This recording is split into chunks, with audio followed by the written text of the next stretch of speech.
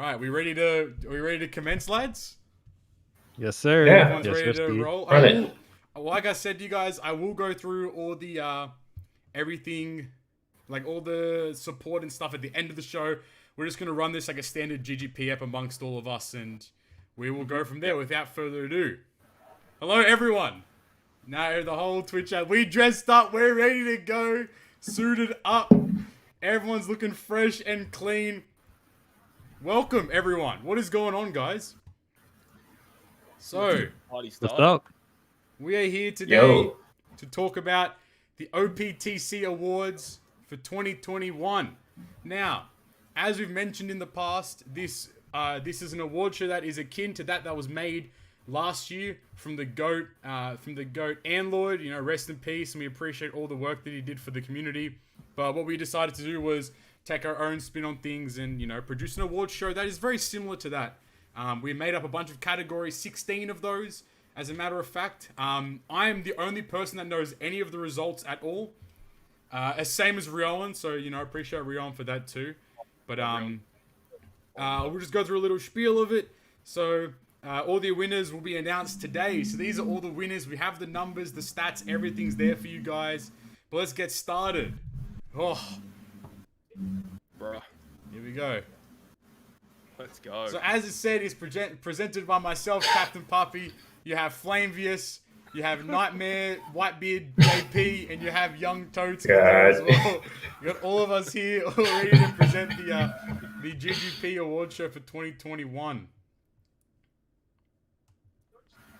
I want to also give a special thanks to the guy Rioan. Without Rioan, a lot of this would not have been possible. He slugged it out with me in terms of getting everything prepared and getting everything ready, and he helped me with a lot of statistics and a lot of that kind of stuff. So without Rioan, you know, none of this would have probably been possible whatsoever. So shout out the GOAT Rioan. We very much appreciate you here. I also want to give some honorable mentions to Lucy, to Stump, Venge, Sim, Tony, Kruby, Gin, and Sinu for helping out with everything else involved there. Without further ado, let's get into some interesting numbers. And thanks to all of you guys. So what we ended up coming up with was a total of 43,130 votes across all 16 categories. That came from a total of 2,712 unique responses. So just as a little aside, so yeah, round of applause to everyone in chat. You know, we appreciate your. So as a little reference point, the award show last year was 35,000 total votes. So we were able to surpass that by a total of 8,000 or so votes. So we do really appreciate you guys. And as Yoshi is saying there, Poggy Woggy, in case you guys didn't know, that's his catchphrase. But without further ado, let us commence the best super evolution. So, this award goes to the unit that had the best super evolution of 2021. The award it's being awarded to to a legend that super evolution has improved them drastically and made them viable for use today. So we have our 4 nominees. You have Dex Sabo, we have Germa66, we have Onami, and we have 6+ Yamato. Now, boys, how do we... This whole category, man. Nah, this whole category is teased because of Yamato. It's a sham. It's a sham. Yeah, so we have Dex Sabo's 6+. He got a big buff to his captain ability, and he added the ability to inflict burn in his special. And I think that in itself is a very unique mechanic, because there's very few units that can actually inflict burn in their special. So it definitely is a very unique thing there by itself. Plus, you have Germa, who got a buff to their captain ability. Their special got turned to a 3-stage special, and their captain buff got they got an extended duration of their captain buff. So previously it was 2 turns. Now we've gone to 3 turns. Onami, she got a buff to her captain. She got fixed damage in her special, and she actually got color affinity added to it as well, I believe. And Yamato base just got a complete unit overhaul, new color, new class, different captain and special. Any guesses on who the winner is? The thing is, though, is like, in my opinion, like, I think Yamato's gonna win just because it's Yamato. Yeah. But the thing is Yamato really doesn't deserve to win this. In my opinion, it should go to a unit that got the biggest buff, which really should be either Germa or Sabo, in my opinion. How the rest of you guys feel? I also think that Sabo should win, but I'm going with Yamato. Yeah. Pretty easy Yamato win. It's a pretty well, like everyone Pretty said, easy. and the winner of Best Evolution of 2021 goes to Yamato. Ooh. Yes, sir. So Yamato Damn, she won by that many? 45.7% of the overall vote, followed in second place by Dex Sabo, Germa, and Onami. There you have it. It's the best super. And I think across the board for all of us, we don't really agree with Yamato getting the best Super Evolution purely because of like what the award was, meant to be based upon. But you can't take away from her that she did have a Super Evolution, so she is viable for this category nonetheless. Moving on. The worst Super Evolution. Flame is shaking. Should I leave now? Down category. So this award goes to the worst Super Evolution that released this year. This Legend Super Evolution has been incredibly underwhelming and done nothing to resolve the issues of the Legend. So we have Pudding, who got a slight change in her captain ability and she added Bind and Despair to her special kit. You have V2 Zoro, who got a slight captain and special debuff, but he didn't remove any of the issues that were relating to him. You had Sanji, who added -1 cooldown to his captain ability and changed his special from if your captain is to if your captain is a fighter versus if your captain or guest captain is Sanji. And then finally V2 Mihawk, who added a HP boost to his captain ability and changed the base boost of his special slightly. How do you feel, gentlemen? Man. All these units suck. All these units like never see play. Pudding still sees play, but just the Super Evolution, just in general, not what we're hoping for. But honestly, I think the worst Super Evolution is Mihawk because they didn't change any of his issues at all. I feel like Pudding is still a good unit, and that's fine. But I think for giving a character a Super Evolution to make them useful, like Mihawk got nothing. Sanji at least has some utility changes, which is good. Zoro is like usable, but Mihawk just. He sucks. Mihawk is bookie. he's pretty bad. Yeah. How the rest of the crew feel? How do you guys feel? This is my answer. Oh no. You know it already. Get a load of this hot shot. Knight, what are you vibing here, man? It has to be Mihawk. I mean, like the other ones, they're fine, but Mihawk's just he's bad. And the winner of the worst Super Evolution is V2 Mihawk. Let's go. Good job. With 37.5% of the overall vote, followed in second place by Pudding, V2 Zoro, and V2 Sanji. I think this was a unanimously decided option overall. So, good on Mihawk for winning probably one of the worst awards of this year. But yeah, that's about the same. That's the same order that I would have put them in. So that's good job by the community. Well done, guys. All right. Good job. The best rare recruit. So, this award goes to the best rare recruit released this year. A rare recruit that is a go-to pick when it comes to clearing any content in the game. So we have Quick Zoro. We have Quick Killer, Rockstar, and Robin. So Zoro, just as a refresher, he has 5 turns of silence and attack down. He has an all block and a 2x attack boost. Quick Killer is a 2-turn cooldown, 5 turns of paralysis and despair, and he makes colored orbs beneficial. You have Rockstar, who is 2 turns of barrier, 5 turns of despair, attack down, and chain lock, and he makes block orbs matching, and he locks orbs for 2 turns. And Robin, who removes 5 turns of threshold, percent damage reduction, and increased defense, 5 turns of despair, and turns all orbs in the crew into Robin's orb. How do we feel, gentlemen? So with this category, in my opinion, I feel like you gotta. So the way that I thought about it is, I looked at which of these characters is the most replaceable. Yeah. Like, are these characters unique in such a way where no other character can do the same thing as them? Mm-hmm. And I think to a very large extent, Robin has many characters that could replace what she does. Not exactly, but pretty much perfectly in what kind of situations you need. But I feel like the other 3 are a little bit more difficult to replace. And I think, honestly, in my opinion, I think Killer is the best because no one does exactly what he does. He's super unique. But all of these characters are super good. Banging units. I think I kind of echo the same sentiment as you. Like, actually, in this morning, I was like doing everything, and realizing how good like all these rare recruits are in comparison to like, I just like reflecting on the Kanjuro, whatever that rare recruit Kanjuro was, and the right, how did they make Psy Rockstar? And then they were like, you know what? Let's make a 32 turn cooldown Kanjuro. Like I don't know who was doing what, but bro, they had the intern do that one. Totally right. I think that Rockstar is very good, and I think Psy Robin is a sleeper unit because people just forgot that she kind of exists really. What does the rest of the crew think? How are you guys feeling on this one? For me, I only really played for with like Psy Robin and Quick Zoro because I think Quick Zoro came out like right when I stopped playing the game. I personally would probably give it to Robin just because I feel like she was here for like a much longer period of time this year. Yeah. Opposed to the other two units, so she was a lot more useful in like a lot of other pieces of content compared to the units that just released. Knight, how you tracking on this one? For me, it's between Robin and Zoro. Okay. Oh Christ. I think we got Frozen Cam Knight, but nonetheless. And the winner of Best Rare Recruit goes to Psy Robin. Let's go. With 50.2% of the vote, taking a clean sweep of this category.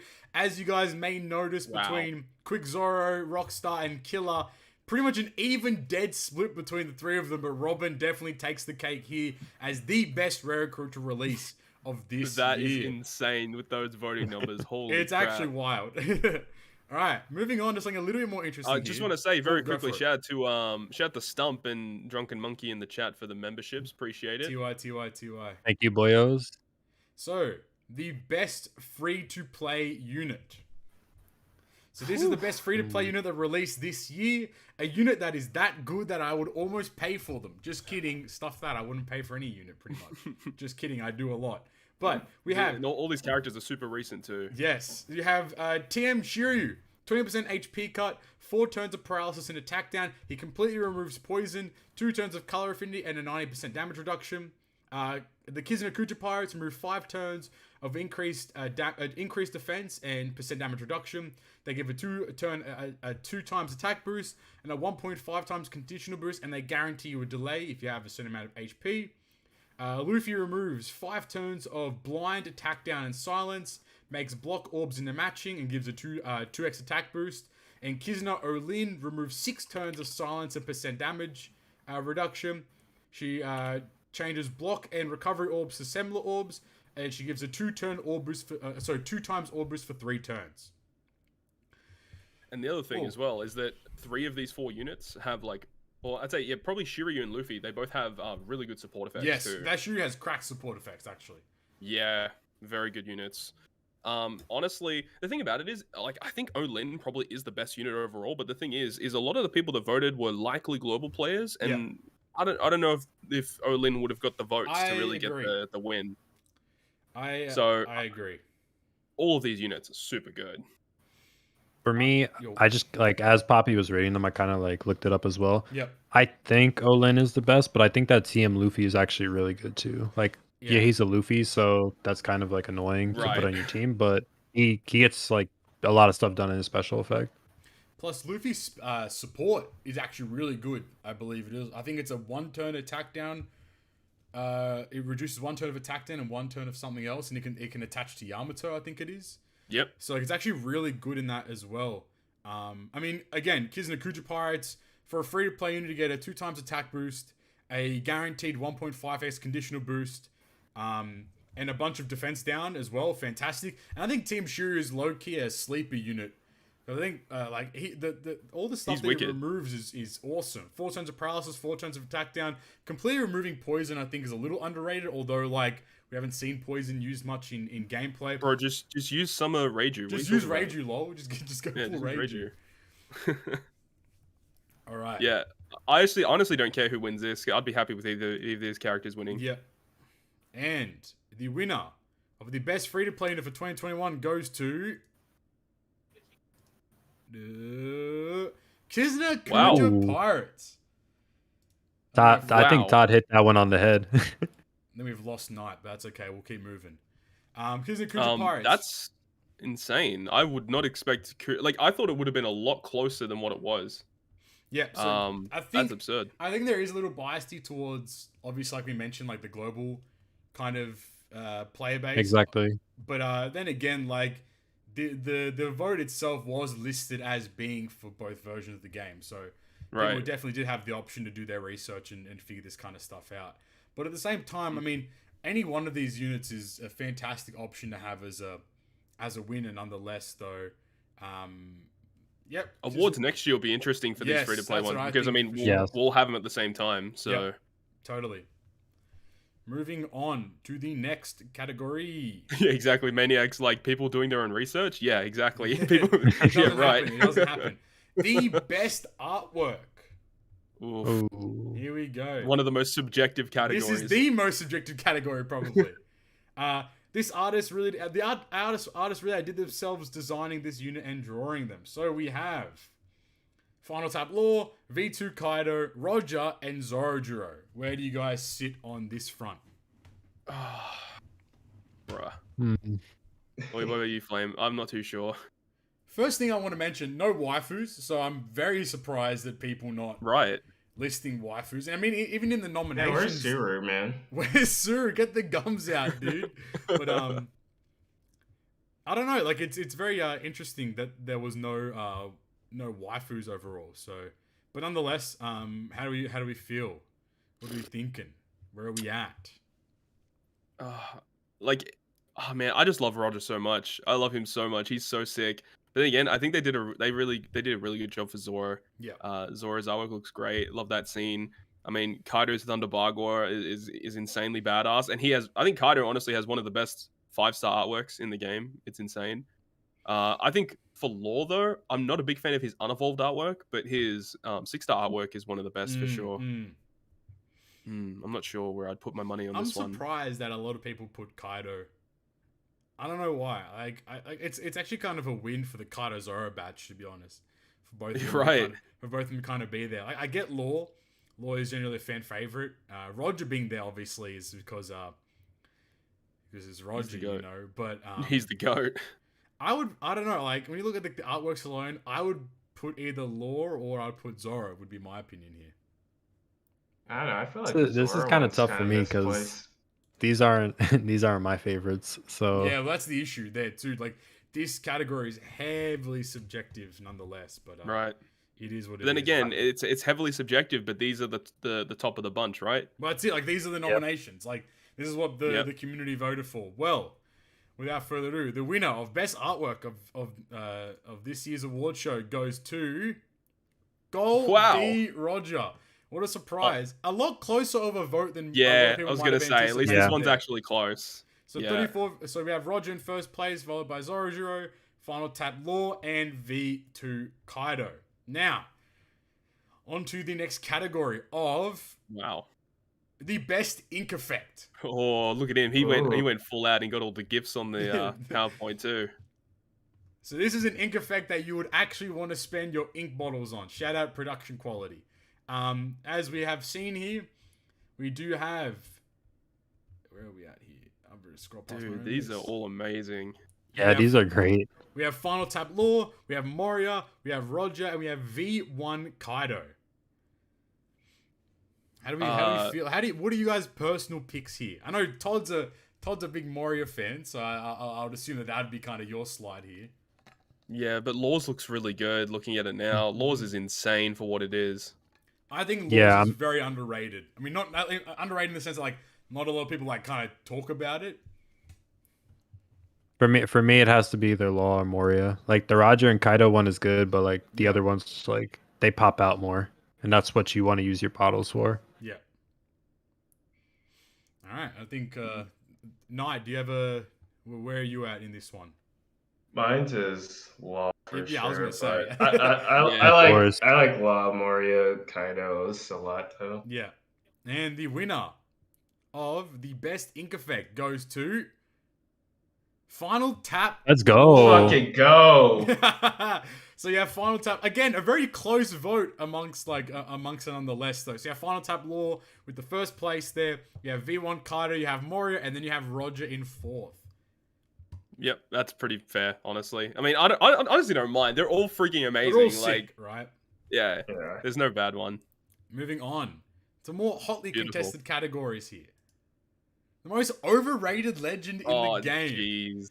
So this award goes to a legend that when released was extremely hyped, but after use was a massive disappointment. We have the nominees of V2 Kaido, Final Tap Luffy, Luffy Sanji, and Reiju.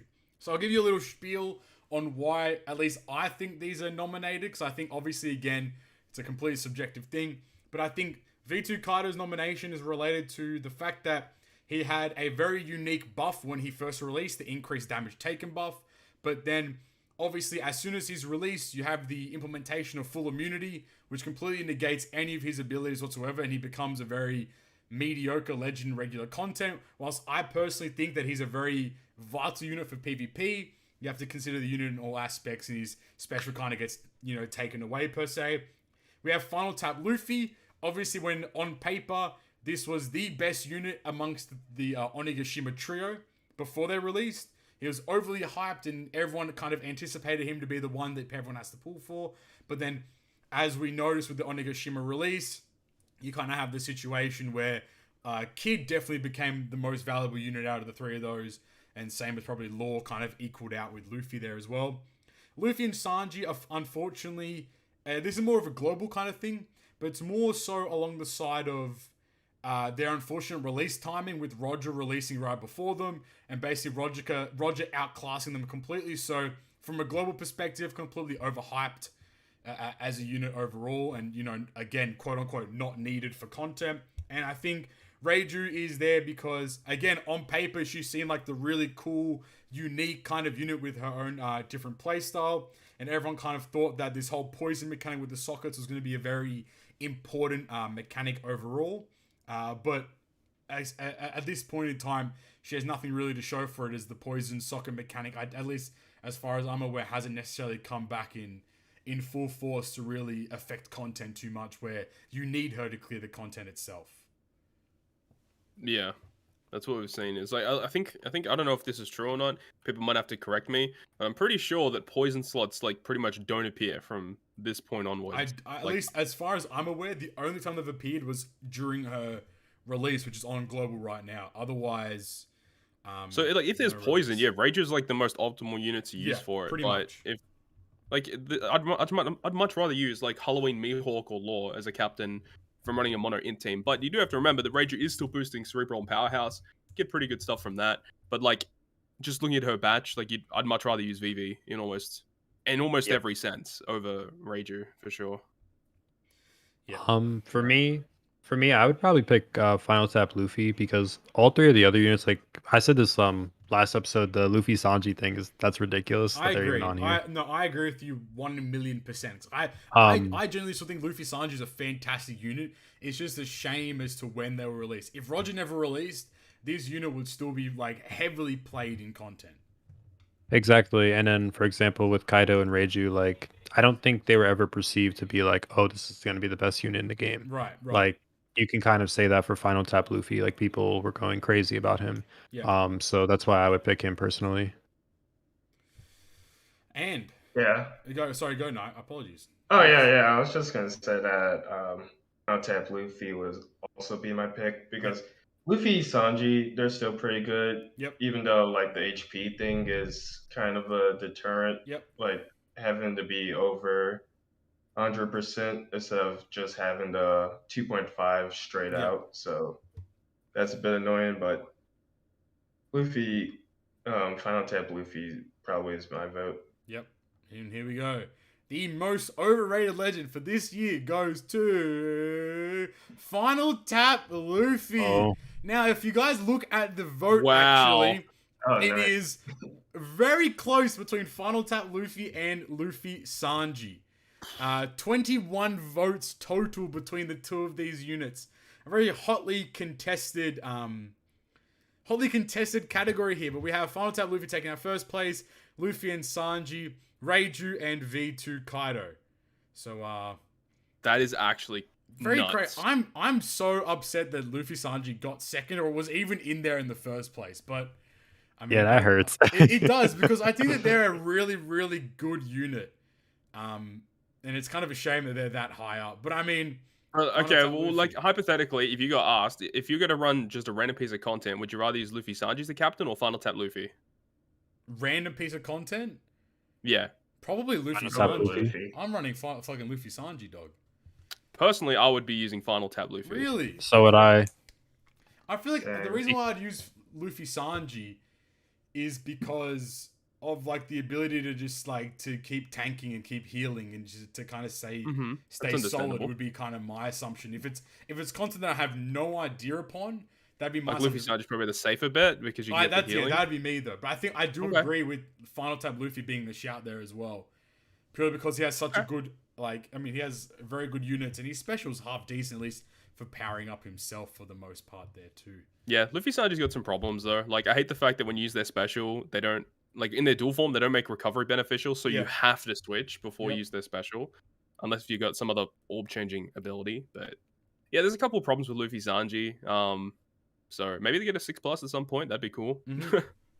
Hopefully, one day we'll get 6+ 6+ dual units, but not today. Yeah, whenever that is. Next category. Not today. The most underrated legend now. So this legend at release was seen as being disappointing or not the best legend, not a good legend, but has become a lot better than people had anticipated after their release. So the 4 nominees there are Final Tap Kid, Fire Tank Pirates, Moria, and Whitebeard vs Shanks. This is a very heated category in terms of these four legends. So Final Tap Kid, I'll give like a little spiel on them. Final Tap Kid on paper before the release was considered the worst of the Onigashima trio. And I think that as time has progressed and as people have realized, is now the best of the trio overall. I think just in terms of like his special ability and how much he provides there. Fire Tank Pirates were kind of like a whatever Kizuna legend on release, just another like Kizuna throw-in legend there. But now is pretty much seen as one of the like a very solid captain, like a very highly defensive captain, shout out 120%. And I think this overall provides a lot of defense, but their special's pretty unique in the orb blocking that they provide, and I believe it's an attack boost as well. Moria again akin to Fire Tank Pirates on release was kind of like whatever, but when you kind of like delve into this unit a lot more, you realize like Moria has a very complete package. When you look at his special and you look at his super type and everything combined together, Moria's overall kit is very complete in that sense, and he's just a very strong legend overall. And then finally you have Whitebeard vs Shanks, when at release was considered the worst versus unit, or at least I'll put my hand up and say that I thought that this unit was terrible when they first released, because it's very basic captain ability, very, very basic special and such. Nothing like much going for it. But again, they've actually probably become the best versus legend, or at least versus Whitebeard and versus Shanks are just two like very solid captains of very solid units overall. What's the peanut gallery think of these ones? Yeah, as chat's already said there, I can see it 120% damage reduction. You can't go past it. You can't even die. It's so like, what's up? Man. You literally heal when you take a hit. You That's can't even nuts. die. Like, I've used Fire Tank recently. Fire Tank are pretty interesting, but they're like, for me personally, they're a little bit too slow. I don't like their playstyle that much. That but makes sense. I can respect the fact that unit is pretty insane because they just don't die. It's pretty impressive, honestly. Yep. Yeah, for me, honestly, I have to say I'm surprised Moria's on here. I don't think he was underrated. I just think that his banner and his release timing were really bad. That makes sense, yeah. I think Whitebeard and Shanks is definitely the most underrated unit. Yep. Not a vibe, man. I'm really confused about our tank. I don't know. For me, like they came out like right after Akainu, right? So I don't know. It's kind of weird for me because they like fit perfectly with versus Akainu. I don't really understand why. Yeah, that's a good point, actually. They made it here because it's just like the great pairing that they have. But I would say like the most underrated probably be Whitebeard, Shanks, or Kid. There we go. Between those two. I was gonna say the only ones that make sense to be like actually underrated are like Kid and Wanks, to be honest. Like, cause Kid on release, no one really like. Everyone was hyped about Law and Luffy comparatively to Kid, but then people realized like, holy shit, Kid's actually like pretty insane. Yeah. And same with Whitebeard Shanks. Totally. All right.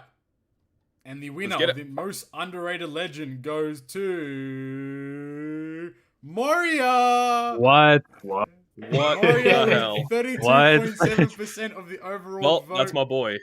Whitebeard and Shanks taking the second place. Final Type Kid taking third. And Fire Tank Pirates taking fourth.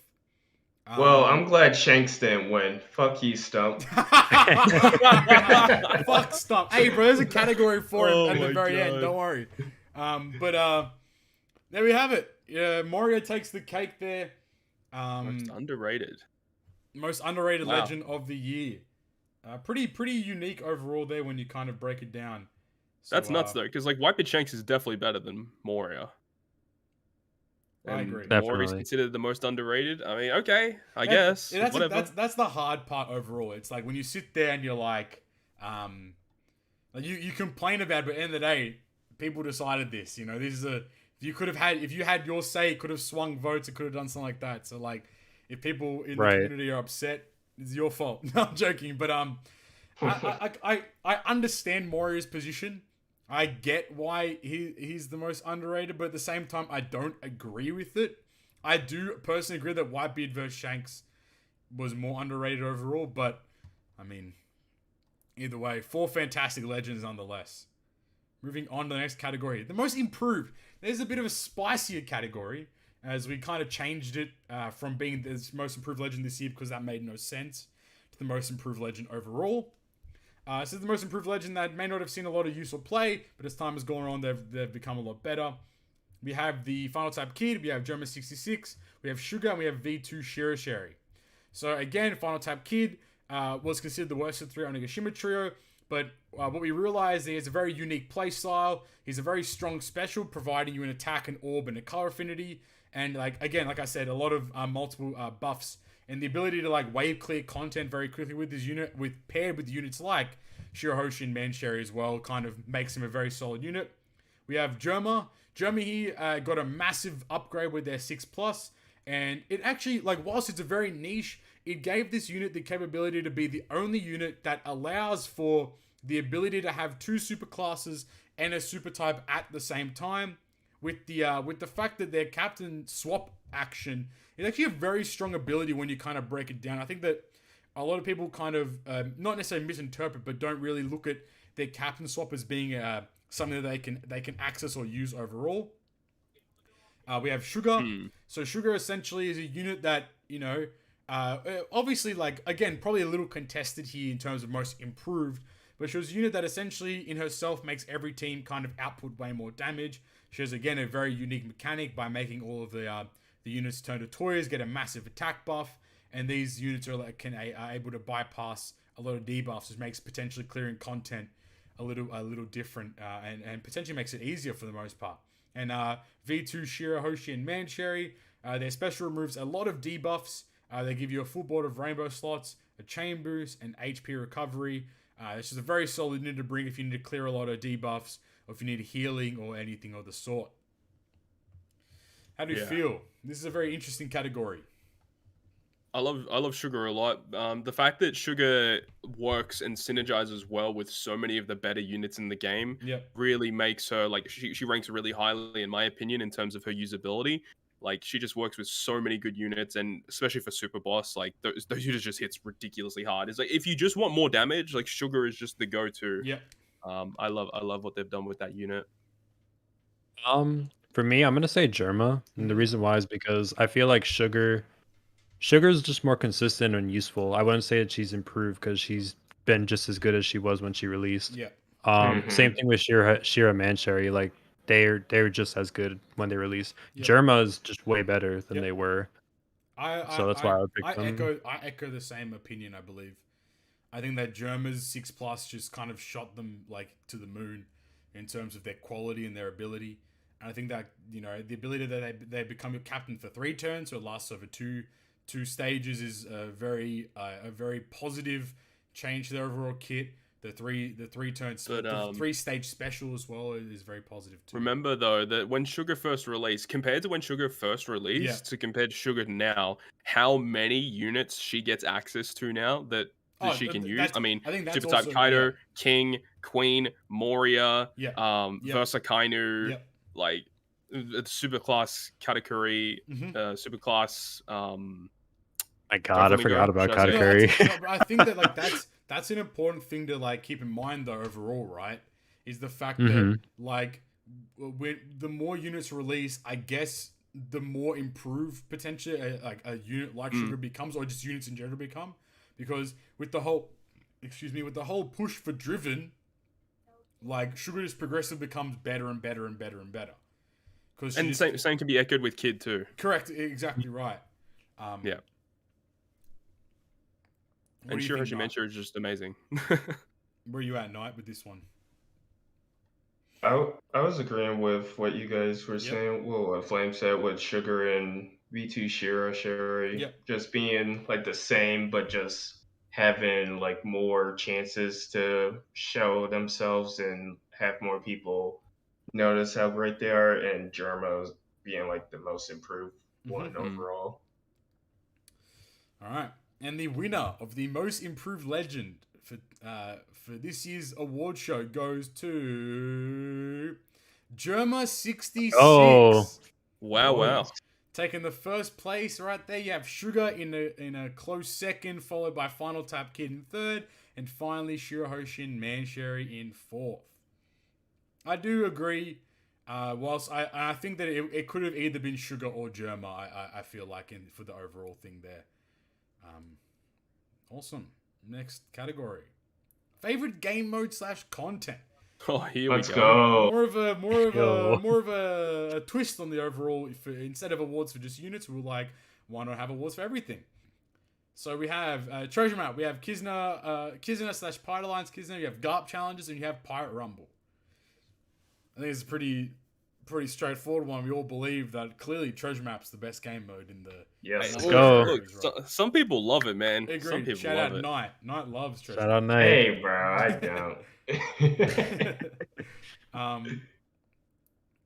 Yeah, I don't know. I mean, you go for it. I like the Pirate Alliance Kizuna. I think they're a lot of fun, to be honest. I love the fact that we can have like a group of us all work towards one goal. Totally, I love that. Right. I think this is a straightforward one. Go for it, Flame.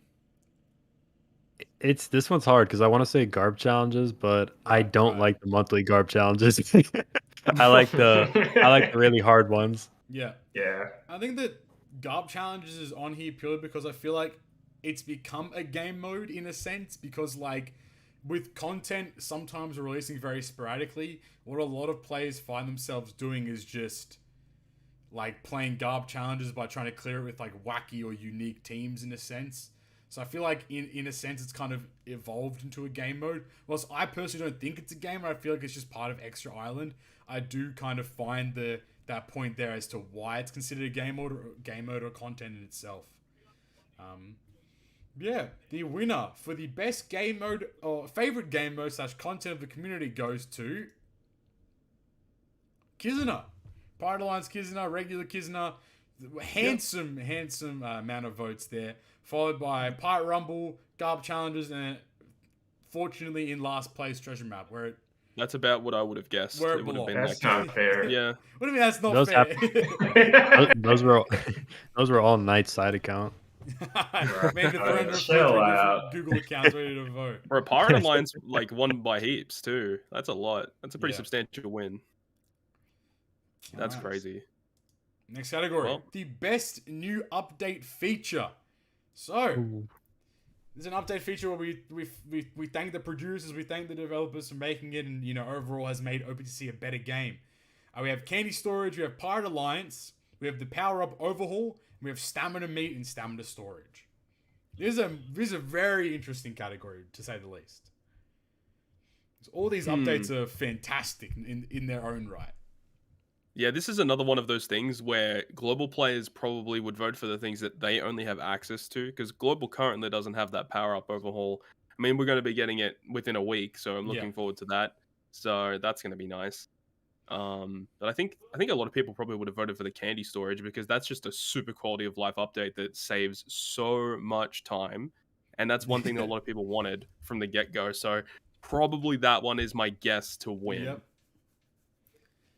I also think that the candy storage is going to win because, like Todd said, most global players really only have access to that one. But I think Power Up Overhaul is probably the better one because it is kind of like the candy storage, but it's just like way more things that we just didn't have access to. Totally right. Knight, how you feeling, man?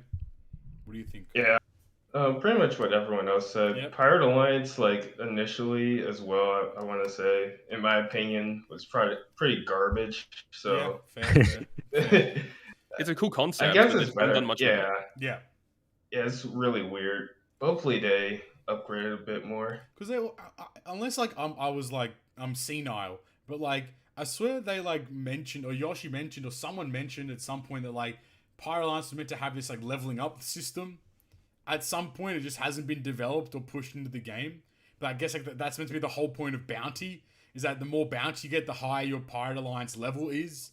And I don't know. Maybe that's just me swinging for the fences, but I heavily recall that being mentioned somewhere at some point. But and just a side mention on the stamina meat thing, because like that's actually saved so many gems when you really think about it. Well, like whenever a new arena comes out or a blitz comes out, like you literally don't spend gems to refill your stamina anymore. It's pretty insane. Right. Exactly right. Yeah. Pretty good. And the winner for the best new update feature goes to Candy Storage. Again, a very close vote overall there. So not as far as we saw. Only 17 votes in between the Power Up Overhaul and Candy Stacking and Storage. Damn. Followed by Stamina Meats and by Pirate Alliance. So overall, very positive there. That's really fair, to be honest, because I think that the number 1 and number 2 are just way bigger upgrades than the other two. Totally right. Yeah. If all the updates were on global, Power Up Overhaul would have won for sure. Definitely. Yep. There you go. That's pretty fair. Very, very close overall there. Next category. The most anticipated character / feature.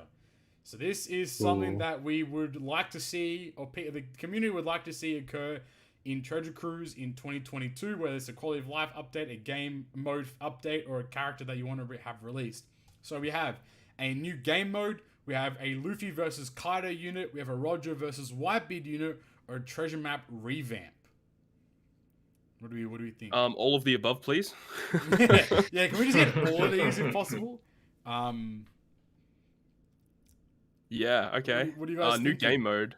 I mean, new game mode I think would be pretty spicy.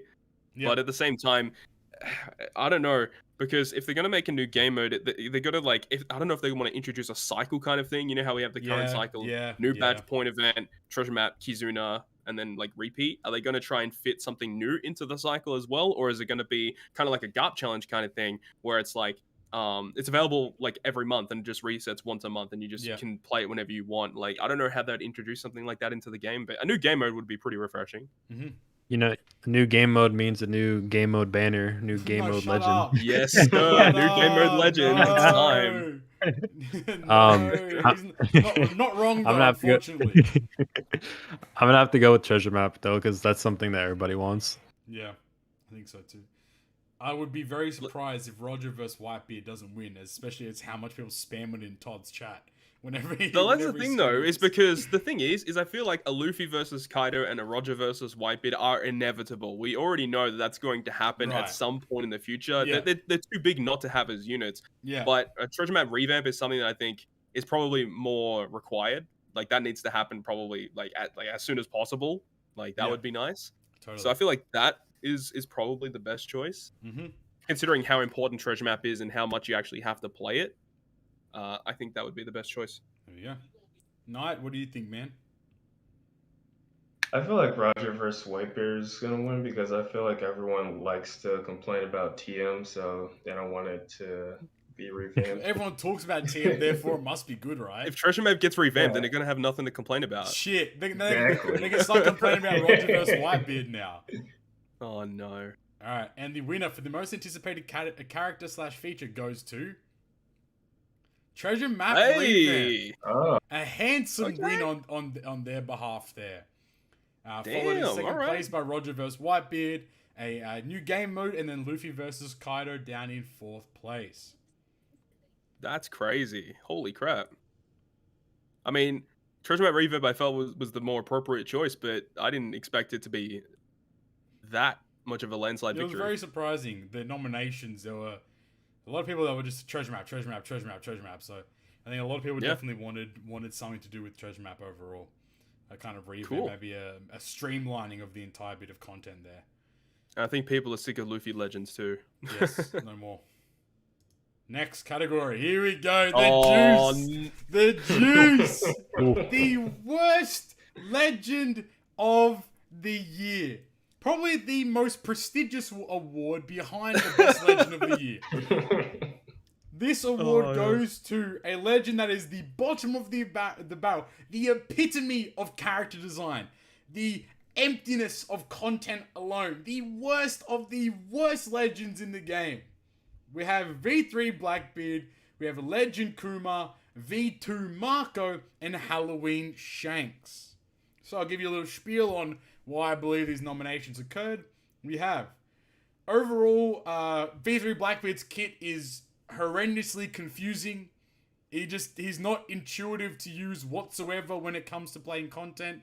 You have to really be a Subconsi level big brain if you want to be using this. Shout out Subconsi, 10k subs by the way. You have to be a very big brain individual to be using V3 Blackbeard. And his special is dog shit. His special is ass. Whilst people will argue, but Totsuki, you can use his special in Kizuna to get an HP cut. No one cares. Shut up talking to me. But he's just not that good of a legend overall, and just very poorly designed. Kuma, I mean, I think Kuma's already been punched to the ground enough as it is. But so sad. But as we've got to say again, his captain ability is that of 2019. His special pretty much does nothing. It's very unfortunate, but I mean, it is what it is with that legend. No super typing to save him at all. His PvP is pretty decent, but again, it better be pretty decent for a PvP. Right? Legend. So, nothing special there. We have V2 Marco, probably a little bit contested in terms of actually being on the worst legend. That's the one that shouldn't be here. So, overall, I think the reason why he's up there, or he's at least been nominated, his HP requirements are kind of like up and down in terms of the unit wants you to be at full HP, then wants you to be at low HP, then full HP and low, just to proc different elements in his special. And I guess for the most part, this makes his kit a little bit wonky. But I think overall, though, in my opinion at least, the unit is fine. It's not the worst legend by any stretch of the imagination. And then, here we go, guys, for the last time this year, Halloween Shanks, aka Fuck Stump. Can we get the fuck stump hashtag in the chat? Can we get hashtag fuck stump in the chat, please, guys? while I'm going through this real quick.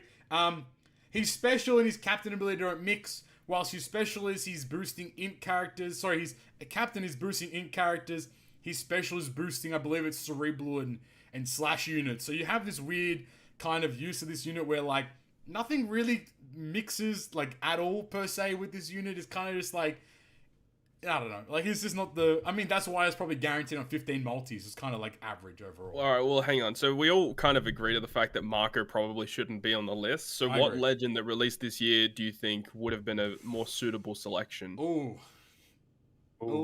I mean, looking back at it, probably Nami Usopp, right? But they were released a little later. Yeah, they'll count for next year's vote overall. I mean, depending. Yeah. But, because, like, I'm looking at the list now, and, like, a lot of the legends that released this year were actually, like, pretty good. Like, there aren't many that I can think of that would probably take that spot. I guess maybe you could argue Kizaru, because he didn't really do much. I think Kizaru's I'd say maybe Magellan. Magellan is also a shout, too. I'm not a big fan of Magellan, but he's really good at PvP. Go for it. What about Straw Hat Legends? I agree with you, but people won't agree with me there, too. I agree with you. I think Straw Hat Legends is very mid. Like, I don't know. Bullet the GOAT. Straw Hat Legends, they're just trying to bullet, man. But then again, their specialty is pretty busted by being able to do such a wide variety. Yeah, it does everything. Yeah. But then again, the downside of them is that if you need their special for multiple different things, you can only use it for one. So you have to kind of pick and choose where you use Halloween Boa is a good choice in the chat. Halloween Boa is a good choice. Yeah, I agree. Yeah, she's kind of like mid. She doesn't do much. Say Koala. Yeah. Yeah, I'd see Koala. I kind of agree. At least Koala has a super type. That's also actually, true. A super type that's actually like pretty good. Unlike Kuma, right? Doing nothing. Kuma sat there really doing nothing. Like, I don't understand why they don't give these PvP legends like something, like even like a captain action or something. That like, bro, if they gave Kuma a captain action and Enel and Kizaru all captain actions, like imagine if Kizaru's captain action was like he turns to light, so you can't get hit with any debuffs in the following turn or something like that. Or like use Kuma's captain action and it's basically just like every turn it's like a 5% chance to blow away the enemy or whatever. And then like Enel's captain action could be something like crazy, like full wave clear or something like that every time you, I don't know, like some crazy stuff like that. That'd be so sick, but it's just a plain old legend where he doesn't really do much, you know? Yeah. Color affinity specials aren't very useful, I feel. Like, that's the thing. Kuma, like, legit only does color affinity. Yeah, which is a shame. If you did, like, attack boost, color affinity, like, orb manip, color affinity, something like that. If you did, like, 2 or 3 different buffs. Crazy utility or something. That's like V2 Kizaru. Like, people saying, like, V2 Kizaru, and that's why I don't think he deserves to be here, because he legit removes 10 turns of special bind. Yeah. And he does, I think he does cooldown reduction as well, these special. And he has a really good unit. A 1.4 to the chain as well, which is the like, that's so good. Yeah. He works alongside Croc, I think, as well, at least for the Dex portion of it. I think Blackbeard being here makes sense. I mean, obviously everyone understands Blackbeard's not super amazing, but you know he did see some usability in the Super Boss Kizunas at least. I agree. So he did have some role to play, but generally speaking, yeah, he's pretty bad. There we go. All right, final answers from the. I think Kuma's gonna take this category. Kuma, Flame, what do you think? I think Kuma's gonna win just for the meme, but I would pick Blackbeard. Go and Knight. It's Kuma time. And the worst legend of 2021 goes to Legend Kuma. Let's go. Yeah. Shout out to Kuma. Shout out Legend. He won something this year. Kuma in first place, followed by V3 Blackbeard, Halloween Shanks, and V2 Marco. Probably what I would have put it as is the top 4 there overall. Yep, pretty fitting. At least V2 Marco has 5% of the vote. I mean, should be 0. Yeah, that makes me a little happy. There we go. That's good. All right. Hell yeah. The next category, the Banner of the Year. Now, again, this is kind of eased towards global, but I mean, what can you do really? But the Banner of the Year, basically this banner was a must-pull banner where you probably want to spend all your gems on. We have the Ace vs. Kano Sugo Fest. We have the Onigashima Trio Sugo Fest. We have the pre-global 6th Annie Sugo Fest, and we have the World Cruise Sugo Fest. So to give you a little spiel on these Sugo Fests overall, we had the Ace vs. Kano Sugo Fest was a 12% legend rate, and overall, to acquire Ace Kano, it would, at maximum, it would cost you 1,137 gems. The Onigashima Trio was a 15% red rate, and overall, it would take you 1,230 gems to acquire them at max. The pre-global Annie banner had no guarantee. However, it was a 10% red rate on a 10 legend banner, and 2 of those legends were Roger and Odin. So each one of those units had a 1% chance to appear when you. And they literally came out the month prior. Yeah, and then the month prior to that, we had the World Cruise banner, which was a 15% red rate, and to guarantee yourself Roger or Odin, it would cost you 1,157 gems. I pulled on all these banners except the pre-Annie, obviously. And I think that probably goes the same for everyone in this room, because everyone got Roger and Odin on release. Right. I don't think any of us here pulled on the pre-global 6th Annie Sugo. Yeah. No. And that was a crazy banner, though, because a lot of people that didn't get the chance to pull for Roger Odin there, they just got them on the pre-Annie. And it was crazy, because the anniversary that happened right after that had them again. Yeah. So that was pretty crazy. I think the Ace vs. Kano banner is a little underrated. Like, people don't remember it as much.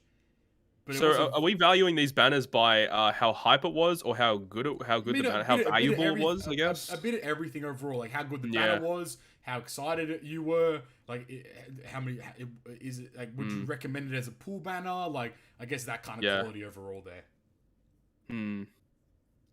If I remember, didn't the Ace versus the Kainu banner have like really bad steps? No, it had 7 1-gem multis. Yeah, the global one was better. The global one was trash. It was the JP one that was trash. I think I'm thinking. I said the same thing last week. I think I'm thinking of the Big Mom versus Yeah, Kaido Bennett. Yeah, that's what I was 100%. thinking of. Yeah. That banner was trash. That one was terrible. But yeah, the Ace I versus think Kaido banner was amazing in comparison. Because when you really think about it, technically speaking, the Onigashima trio is the best one because it had the best units on it overall because it was like the most recent banner. Yeah. But I think at the time, the World Cruise celebration was like the most hype celebration the game's had. Yep. So you have to take that into account too. I don't know where this one could go. I think World Cruise probably takes it though. Cruise. I would also pick World Cruise. Knight, what are you thinking? Yeah, the only one that I actually pulled on, because this is all for global, right, would be World Cruise. Yep. So yeah. And the winner of Banner of the Year goes to the World Cruise banner by a large stretch there of first place, followed in second place by the pre-Global 6 Anisuga Fest, the Onigashima Trio in third, and the A's versus Kaido Suga Fest in fourth. Pretty interesting. That's crazy. That's crazy that a bait banner came in second place. Bro, the shit was cracked though. Are you kidding? You know how pissed off people were that like went deep for like Roger, 30 multis for Roger, and then a month later they're like, oh, by the way, he's 1% on a 10 legend banner. Like that's so dumb. Like, oh man. Oh, it is what it is then. All right, now we're getting into now we're in the second last category for the award show. The moment of the year. We all know it was Vasco shit. We all know that was the real winner. But the moment of the year. This is a moment that will go down in OPTC history as when we look back on 2021, we'll say this moment was the moment of the year. We have the 11.2 update and producer video that essentially Yoshi said, here's a bunch of quality of life updates that you all have been waiting for. We have the announcement of the Global and JP Sync.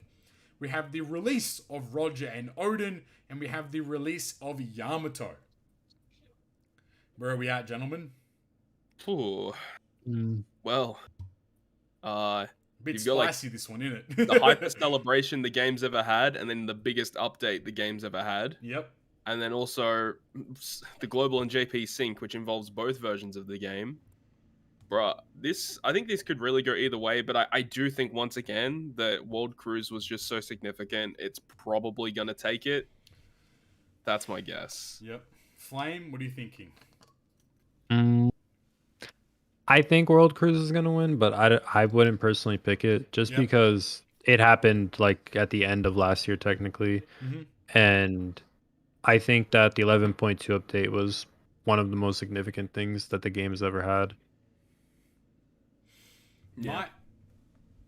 What do you think, man? Yeah, I think Roger is going to win just because, it was cool. But 11.2 is probably going to be the best thing overall. Yep. Like when it Global and JP sync like next week or something, right? Yeah, should be about next week, Yeah, so that should be like the best thing. But on to the votes. Here we go. And the winner of Moment of the Year for 2021 goes to Roger and Odin release. Dude, look at the votes for that. Get this shit out of here, man. Always double the votes. Holy crap. So we have That's so disrespectful. We have the release of Roger and Odin. We have the release of Yamato in second place. The Global and JP Sync. And then in final and fourth place, the 11.2 update. That is the biggest vote for one particular thing in a category thus far, I think. I think so. That's insane. But we all know deep down, Vasco shit was the moment of the year. I still can't believe that actually happened. That's insane. All right, here we go, gentlemen. The main event. It's the time. Main card fight where we all came to see. Yep. The legend of the year. This legend has stood at the pinnacle, the top of the top, the creme de la creme, the cream of the crop, the number one legend in the game, the best legend, the go-to unit, the king or queen or king, I guess, of all characters in the game. We have Yamato, we have Roger, we have Ace versus Akainu, and we have Sabo and Ace. Let's have a discussion here, gentlemen. Let's have a discussion. All right. Shout out to Meki Gary, by the way. Yeah, thank you, Meki Gary. All right, Yamato. Wow. 2 units in 1, pretty much. Obviously, you have to kind of consider the 6+ as well there. Fantastic driven striker, free spirit support, a special that has chain mechanics, 1-0 slots as well. Her captain ability, either progressive build up to 5x or a 5x with 1-0 slots. And I mean, arguably one of the best PvP units we've seen ever. I mean, she's hitting 20k damage whenever she's popping off, which is insane. She literally nukes 2 characters and they die. Easy, free. And then she also halving stats, which is insane. As we've seen with Mario as well, halving stats is an insane ability nonetheless. Right. Incredible unit. Totally. Roger. I mean, what hasn't been said about Roger? 4.5x right. Rainbow Captain, 5x with his attack boost, a 3x attack boost overall, 1 million damage that goes through everything, a super type that locks orbs and changes them all into matching, a unique ability of Conqueror's Haki, where as soon as if an enemy tries to remove your buffs, you negate that completely. Roger says no. Just overall he released it's literally 12 months ago, and we're still talking about how good this guy is. No one has come like people have taken a shot at the throne, but they've missed. I think is what's been happening with Roger. I think Roger. I mean, maybe today we see something different though, but I think that definitely Roger has been the pinnacle, and I think Roger in itself has been the standard when it comes to comparison of if you think a legend's good. You compare the unit to Roger, and then you kind of make that kind of assumption there, I feel like. Ace vs. Akainu, again, 2 units in 1. Honestly, just 2 very versatile, very fantastically strong units. You have chain boundary mechanics, you have orb manipulation, you have this unique burn effect and conditional burn buff as well. Fantastic. It's pretty decent supports in this unit overall. The versus effect is crazy. The versus effect is insane. Overall, very powerful. And, good in PvP, both of them are. Yes, very good for their respective colors in PvP. I mean, and same as Roger as well too. But the fact that it's an Ace unit and an Akainu, they've actually got really good supports, and they're both. I think they're both damage dealing specials, aren't they? Yeah, I believe so too. Yeah, so that helps them out so much. Mm-hmm. So, and their batch was good too. Yeah. Oh wow, actually, true, very true. And finally, Sabo and Ace. I mean, Kisner Legend. 5 turns of Bind Despair, Special Bind, 5x Rainbow Captain, Super Swap ability for a 2.25 times conditional boost, full board of orbs. I mean, like, this unit's... and an orb boost that has a unique effect where if you have a Luffy unit, it's extended for 3 turns. Yep. As a support as well on that too, so... And that's the thing is like dual units. In my opinion, I'm not a big fan of using dual units as captains, but I mean, if I'm going to use a dual unit as a captain, Ace Sabo is probably the best. I mean, like lots of honorable mentions too. Like, I mean, Legend Toki, I think would have been close to being up here. She was up there for sure. Whitebeard vs Shanks, King Queen maybe. Yep. There's lots of good ones, but yeah, these are the 4 that made the cream of the crop. These are the ones. These are the 4 best legends in the game according to the community. I think. Looking at it, I think that the community will probably take the safe bet with Roger. Yep. That's my assumption. Right. But if one of these characters is going to pip the top spot, I think a lot of people, because of recency bias, might say Yamato. Mm-hmm. As much as I disagree with that, mm-hmm. but I'm interested to see how this kind of went. And not just want to see like how it went, but also how close the votes were. Very interested to see for this one. Yeah. Flame, I know you're a Yamato stan in the GGP camp, so I want to hear your opinions on this one. So for me, like I said, however many episodes ago, I still like her playstyle better. Just because it's like 2 units in 1, so I feel like that gives you a little bit more value. But I would personally vote for Roger because he was out for the entire year, and he proved basically every single month that no matter who really came out, he was still kind of better than them, even to this day. So I feel like that in itself kind of gives him my vote. Knight, where are you sitting in this situation here, man?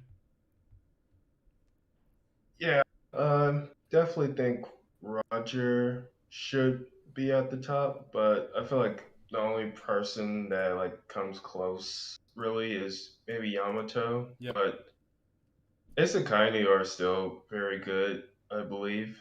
I haven't seen them recently, but I still think they can do bits. Both of them are still in fantastic units in their own right. I think Yeah. the only kind of little downside that I would say is aces. You need to have a strength orb to get the chain boundary. I think it is. Yeah, Yeah, I think that's it's true. That's the only like little like nitpick I'd have. But like you can build around it. Exactly. I mean, Yeah. level 4 support Odin immediately like removes any issue there whatsoever. I mean, even like And I guess like the only DD downside to stuff too. Roger that I personally find is sometimes when you're team building, it can be annoying to build a team to ensure you have his super type. That's At also times it very can be true. annoying. That's also a Yeah. very But good point. Actually. again, like I mean, you've literally got versus Ace there. You've got Sabo and Ace we're there. nitpicking at this point as well, right? Like Yeah, you're right. all these units are absolutely fantastic, and they're like we're nitpicking the word. Like for me, I'm a stan of Cyber Ace. I just think the unit's just like so strong. Like the ability to remove bind, despair, and Super special Swap. bind, and super swap is actually a really busted mechanic. I mean, we've seen it with Ulti and Page 1. You know, their super swap is just amazing as well. And I think that Sabo and Ace's super swap is fantastic, but also a shout that there's 2 Ace units in this, so you know what I'm saying? Like there's some family bias between the Rogers and the Aces, you know. But we're ready to see the final award, the winner, the best legend of the year. And Let's do it. Chat, are you ready? The best legend of the year.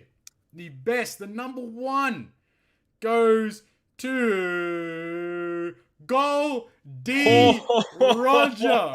Jesus. With a sweep of the votes, takes first place with 66.5% of the overall votes.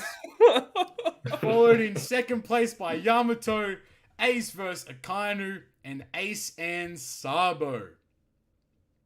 Damn. I was trying to hold when Todd was like, "Yeah, that last vote was the largest margin we've had." I'm sitting there, I'm like, "Yeah." So you ready? You ready for this one? Shout out to Maniac in the chat. He 100% called that Roger was going to be a 60% plus win. He called it. There you go. There you go. As you know, 2/3 of the vote. Wow, there it is. Roger Incredible. has stood the test of time. 12 months at the top, the king. Makes sense overall. The real question now is will New Year's surpass Roger? Well, before we get into the questions, though, I would like to just put out a little thank you. Well, I mean, at least the award show portion of the Round of podcast applause for is over. everyone. Thank you very much for voting, guys. Thank you, everyone, Good so stuff. much for participating. We do appreciate it. We are going to be around for a bit. Where we have a couple questions of Q&A, and we'll be around for live chat as well. We'll probably just hop right into it straight away. But I would like to say from the bottom of my heart, I appreciate everyone for being involved with this community effort. I think it was really nice to, whilst OPTC this year's kind of had its ups and downs in terms of quality and being good and being bad, and you know the community kind of being in a stir for a lot of it. I think that it was really nice to get everyone involved to be part of something a little bit different and a little bit special overall. So you know we appreciate everyone for putting their nominations forward and then for also voting as well. And nonetheless, we do appreciate everyone for that. All right, Good stuff. so we're just gonna hold on that screen now because we're done pretty much. So Beautiful. we're here. We're gonna answer some questions. We're gonna go through some questions. And yeah, so we got some questions that have already been sent to us. But obviously, you guys, if you guys find questions in the chat that are good, we can just jump in and just ask them straight away. But I will start with at Straw Hat Goose, aka Gooseman. He asks, "Love the podcast and excited for what you guys do in the next year." Anyways, onto the question. What do you guys say your biggest goals for the podcast are and in your lives in general for 2022? Keep up the great work and can't wait for the first episode of 2022. Oh, appreciate that. Thanks, Gooseman. Thanks, Goals for the Goose. podcast. I mean, I looked back on our little. Remember we did a strategy meeting at the start of this year, and we had some numbers set up overall. We smashed all those numbers out of the park, which is just incredible, nonetheless. Oh, that's awesome. That's really good to hear. But we just want to keep progressing and keep pushing GGP. We have some ideas, but obviously after this ep, we'll be taking a break over the Christmas period and such. But we just wanna keep pushing GGP, keep pushing OPTC. And maybe push some new stuff as well. Maybe have some new content and some new like more life related chats and stuff. And it's not just all OPTC for the most part. But I guess we'll have to wait and see in that regard. But I guess I hand it over to you guys. What are your personal goals for 2022, if you have any at least right now? Just get good. Yeah, there you go. Done. Easy money. Stay good and get good. That's it. That's the goal. Flame.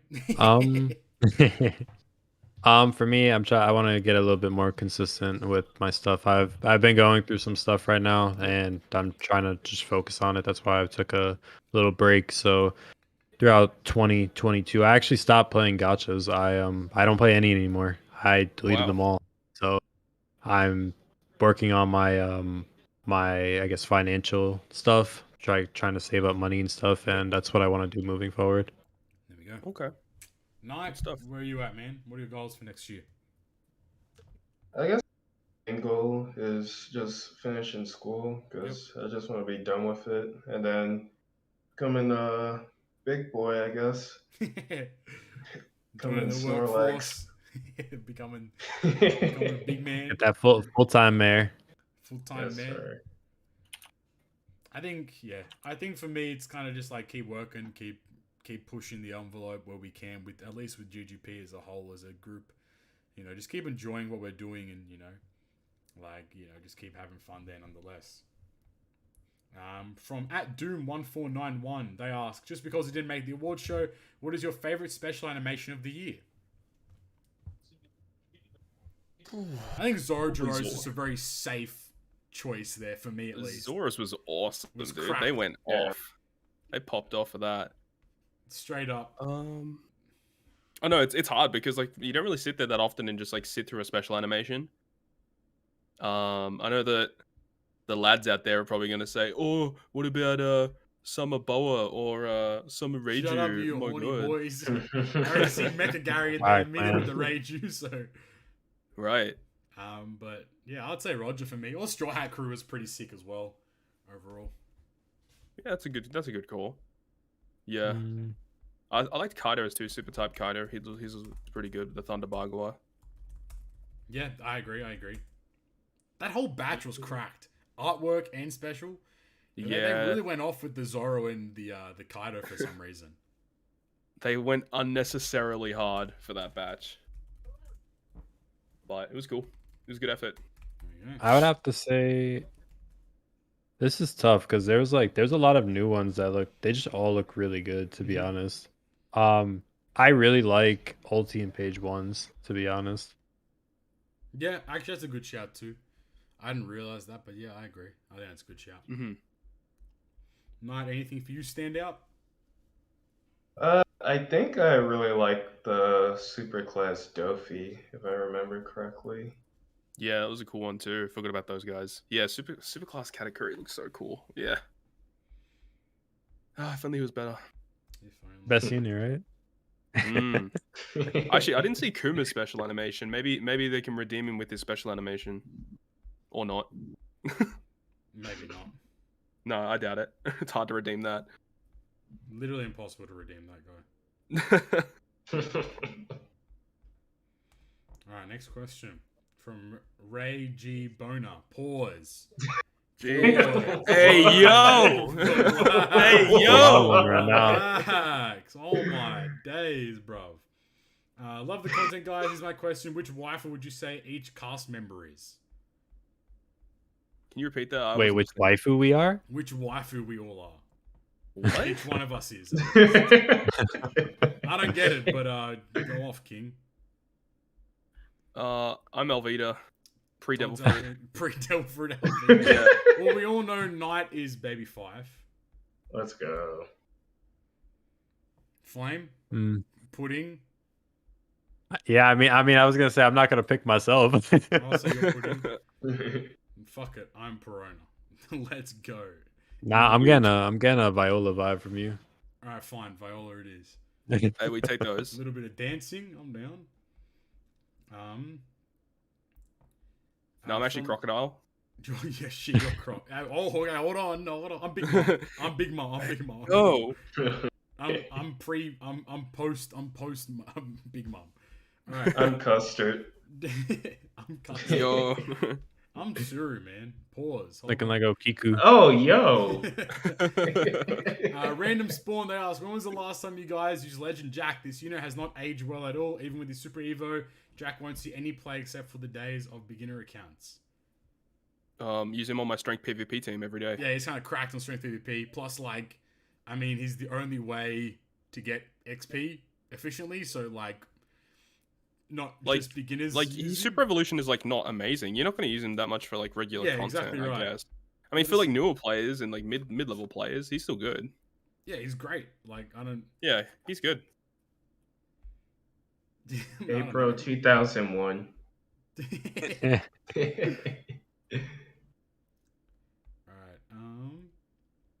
Alright, just as a preamble to people in chat and people that are listening post, we will chat New Year's at the end of the Q&A. Because I think that'll be like the way we kind of wrap up the episode for the yeah, ideally not talk about manga spoilers. Yeah, as well. Either. So keep a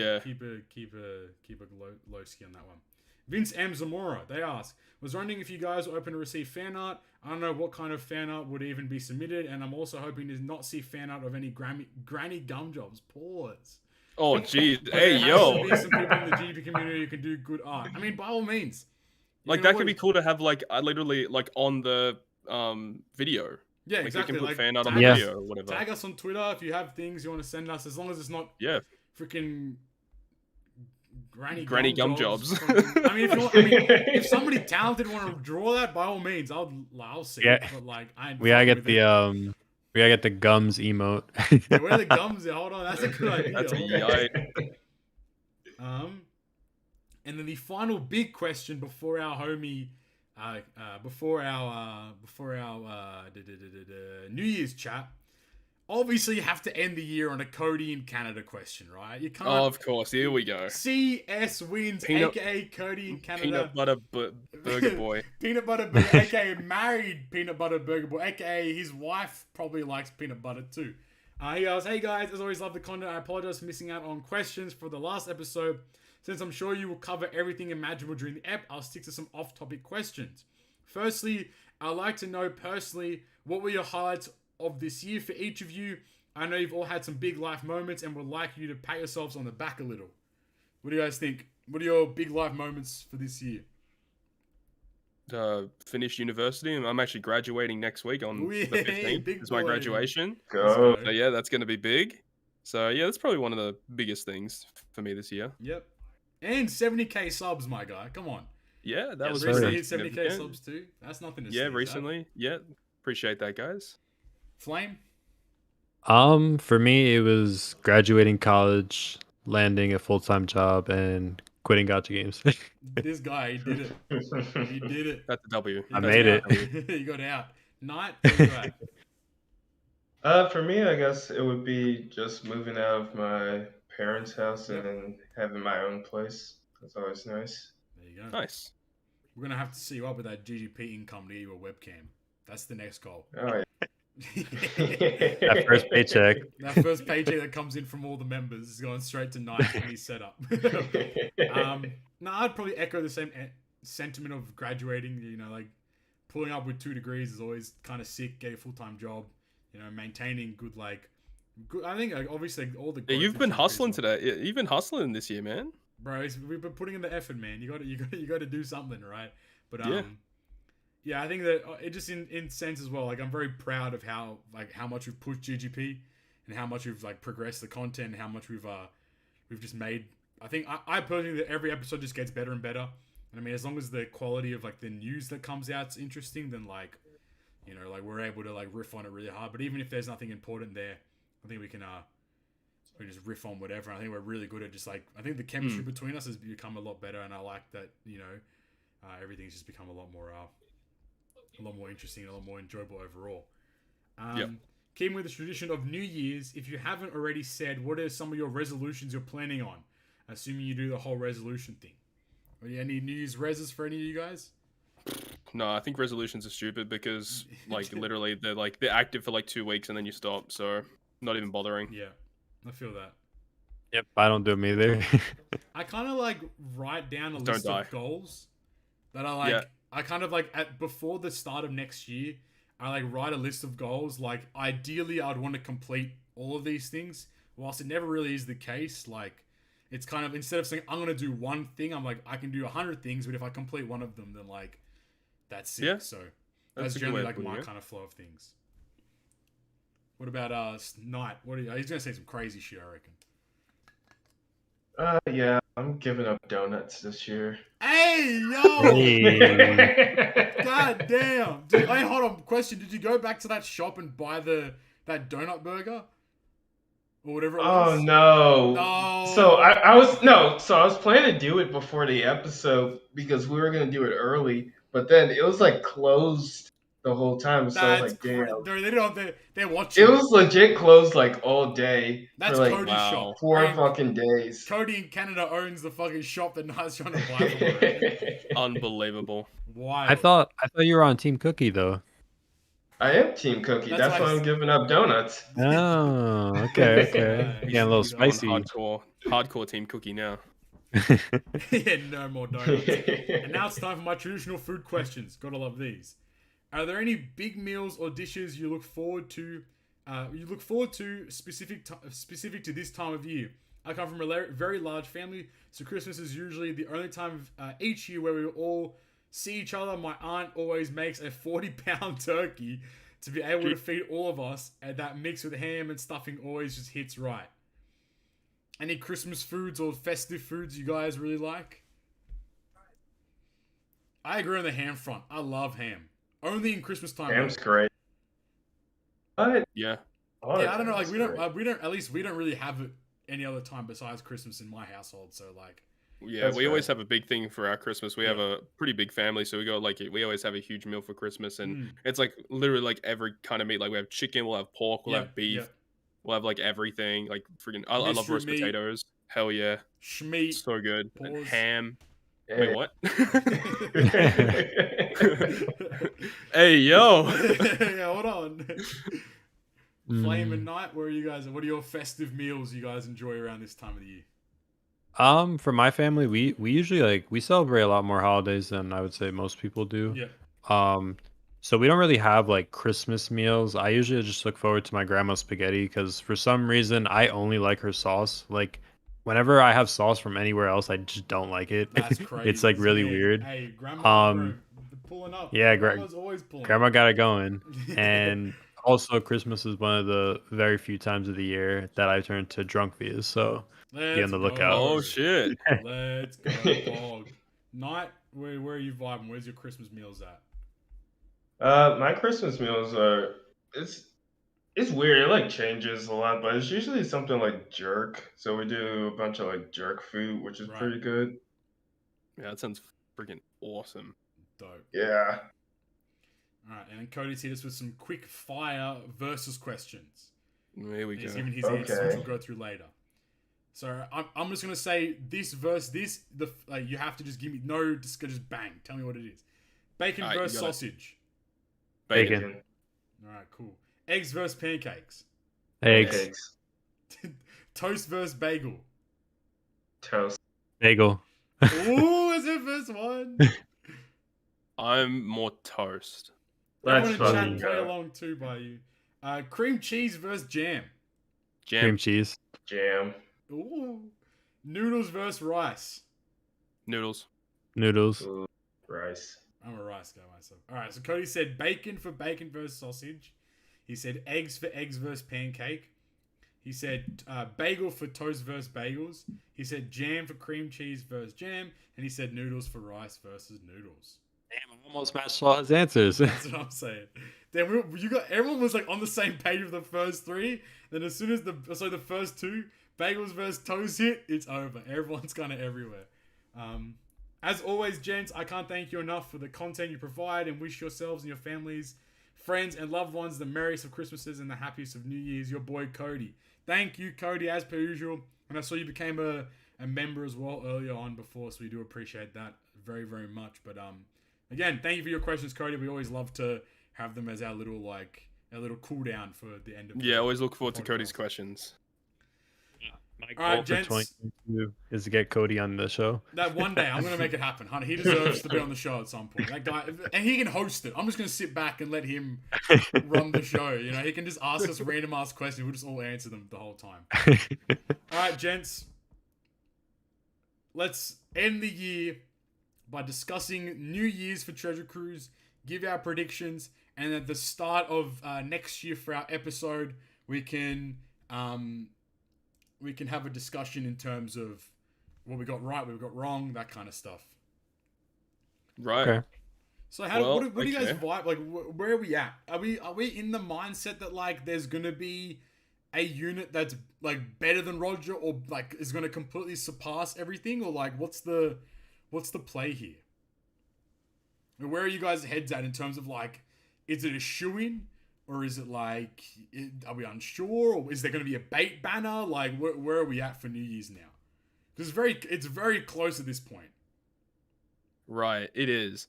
And, okay, hang on. When was the last time we had a Luffy legend? Last Luffy, right? Last step, correct. Which was in May for Japan. Yes, I think a Luffy legend is still on the cards. Yeah. I could see it. The thing is like, Luffy Legend's gonna be so freaking boring if that's for New Year's though, right? Mm-hmm. Like that's gonna be so boring. What else could they do? I mean, I think a new Kaido makes sense. There's just I as much as I don't want it to be Wano related, it's gonna be Wano related. Like I just hope that it isn't another Kaido, another like. I really want to see something a little different, but then again, it is New Year's, and you want to be able to sell, this character, so a lot of people spend money on it. So having an offshoot unit might not necessarily like generate. You know what's something that's kind of interesting is that the latest stuff that happened on Japan. So they just revealed the TM Hyogoro and all the new Treasure Map rare recruits. Yeah. And all of these new units that just came out all have supports for Odin. Odin, yeah, that's a fantastic point. So whether that means it's going to be a new Odin, or are they going to give a super evolution to Odin? V2 Roger and Odin. Like literally, like when they revealed friggin' V2 Shirahoshi Mancherry and Vivi Rebecca, and do another repeat batch. Hold on. Todd, did you see what? The new Treasure Map versus Stussy. TM Moria and TM Hyogoro will be available. However, they will only be obtained as top % ranking rewards rather than as point-based rewards this time around. They will not be visible in the % rewards list, but they will be distributed if you enter in any of the top % tiers. They also added Mugiwara Zoro to the TM Bazaar. So you cannot acquire, at least this time around, you can't acquire the full rewards for Moria or Hyogoro unless you rank in a certain ranking in the percentage ranks. Nah, that's and they don't tell you.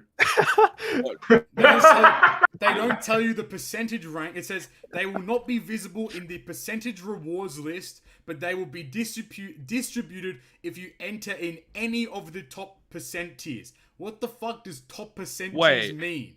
No, actually, hang on. What if that just means like literally, even if you're like in the top 90%? Does that mean if you play? That's my assumption. If you that's play, what I hope. Because if it's like you have to be top fucking 10% to get Moria and Hyogoro, or you have to spend blue tickets, that's fucked. That is so no shot. That's garbage. No, that's even the worst part though, because like, we're not gonna list it, but just trust us, it's there. It's like, bro, we can't just list it. Just fucking list it, like, or just tell us in the text, like, what the hell? Like, if they just said % ranking means, like, you're like, if you just play, because that's what it could technically mean. If you're the top 90%, like, it's still you're technically part of the % ranking rewards. So like, it doesn't really make sense otherwise, but Because yeah, like percentile is like for any percent, like from in the top 1% or the top 90% or whatever. It's the rank. The specific rank one is only limited to like what top 500 or 777 or top 1000 or whatever it is. That's the absolute rewards. Top 777. Yeah, so these are percentile rankings. So it would make sense if everyone can get it. That wouldn't make sense otherwise. Percentile ranking goes up to 90% as far as I'm aware. As far as so basically, if you get to 1 million points and you get the unit, you should be getting everything else. I mean, I hope so. Because like, imagine if it's not. It's not very clear. Yeah, top 100.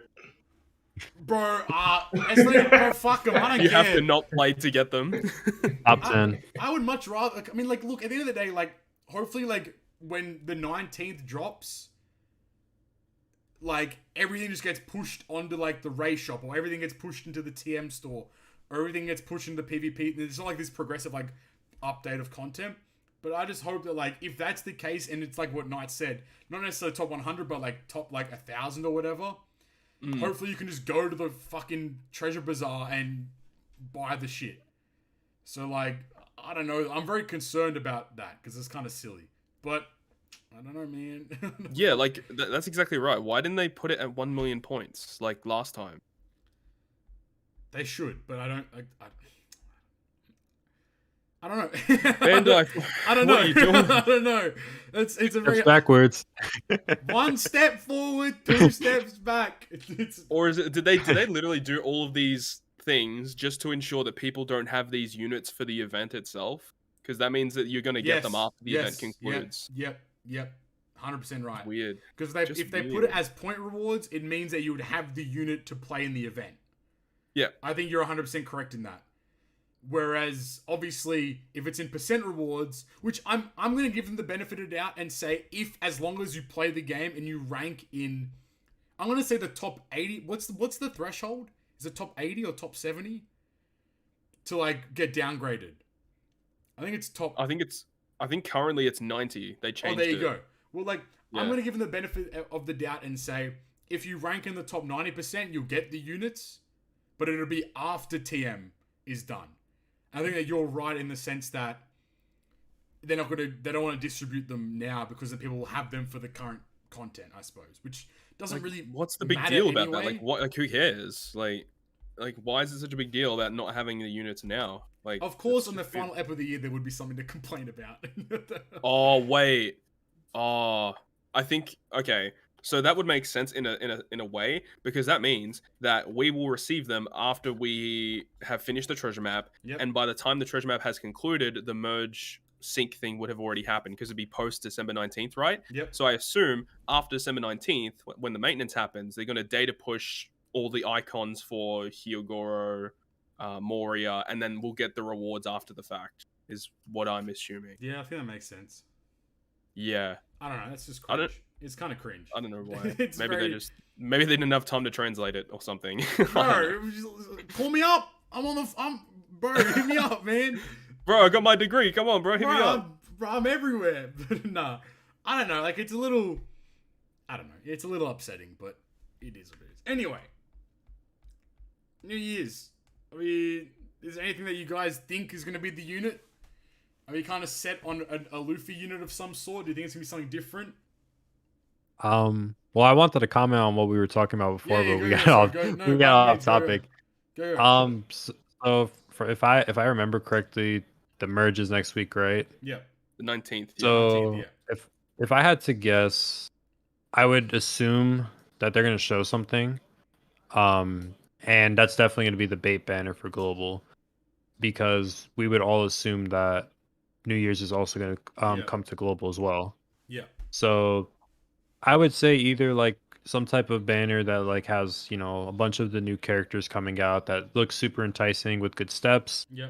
And then for New Year's, we can get probably something Wano related or something relatively like super hype, like some type of maybe versus unit or like one of Todd's favorite duel units, but who knows?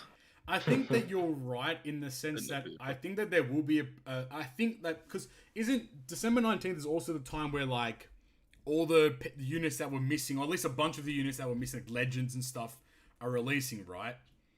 So like, should be. I think that what is going to be the case is there's going to be a New Year's bait banner that comes out before New Year's on the 19th, and there's going to be like split into like 3 parts, and then each part is going to have the bait unit, and then like 2 or 3 of the legends we're missing, 2 or 3 of the legends we're missing, 2 or 3 like that kind of. I think that's how they're going to potentially structure it. At least that's kind of my guess. That would make a lot of sense. I just think do you think it's? No, because I think because after December 19th, like Global should be receiving a Kizuna Sugo Fest pretty soon after that. That's right. Right. And Global and Japan are sharing the same Kizuna, to my knowledge. So that would make sense that we share the same Kizuna Sugo Fest, and then they could, do what you said, Papi. Multiple parts, couple of different legends that we're missing on each part, and that would be it. I would think. Yeah. I think that's. I was gonna say units they release. I was gonna say, do you think it's possible for a new legend, not a global first, but like just a new legend for global to release before New Year's? Yes, it's definitely possible. I think that so. That is definitely a possibility. That would be a really good way to bait people into pulling. I think that they don't. We've seen it with the whole when the Onigashima Trio released. You had Onigashima Trio. Then like a week and a half later, you had Sabu Ace. Then a week and a half later, you had YB Shanks. Then a week and a half, like they don't care. Like the time frame is irrelevant. I feel like the time frame of like when they release units, at least in this time of year, people are spending. And mind you, now with the sync, it doesn't really matter what global generates. They know that hardcore JP players will pull on every single banner, irrespective of what comes out, when it comes out, and how it comes out even. So I think that there is a high possibility that I think that I'm going to sit with my kind of theory of like, I think it's going to be a bait unit that's probably related to the anime right now. And that legend is going to be accompanied, at least for global and probably on JP as well. Because the kind of like the legends that are releasing on global would make sense to be boosted legends for JP as well.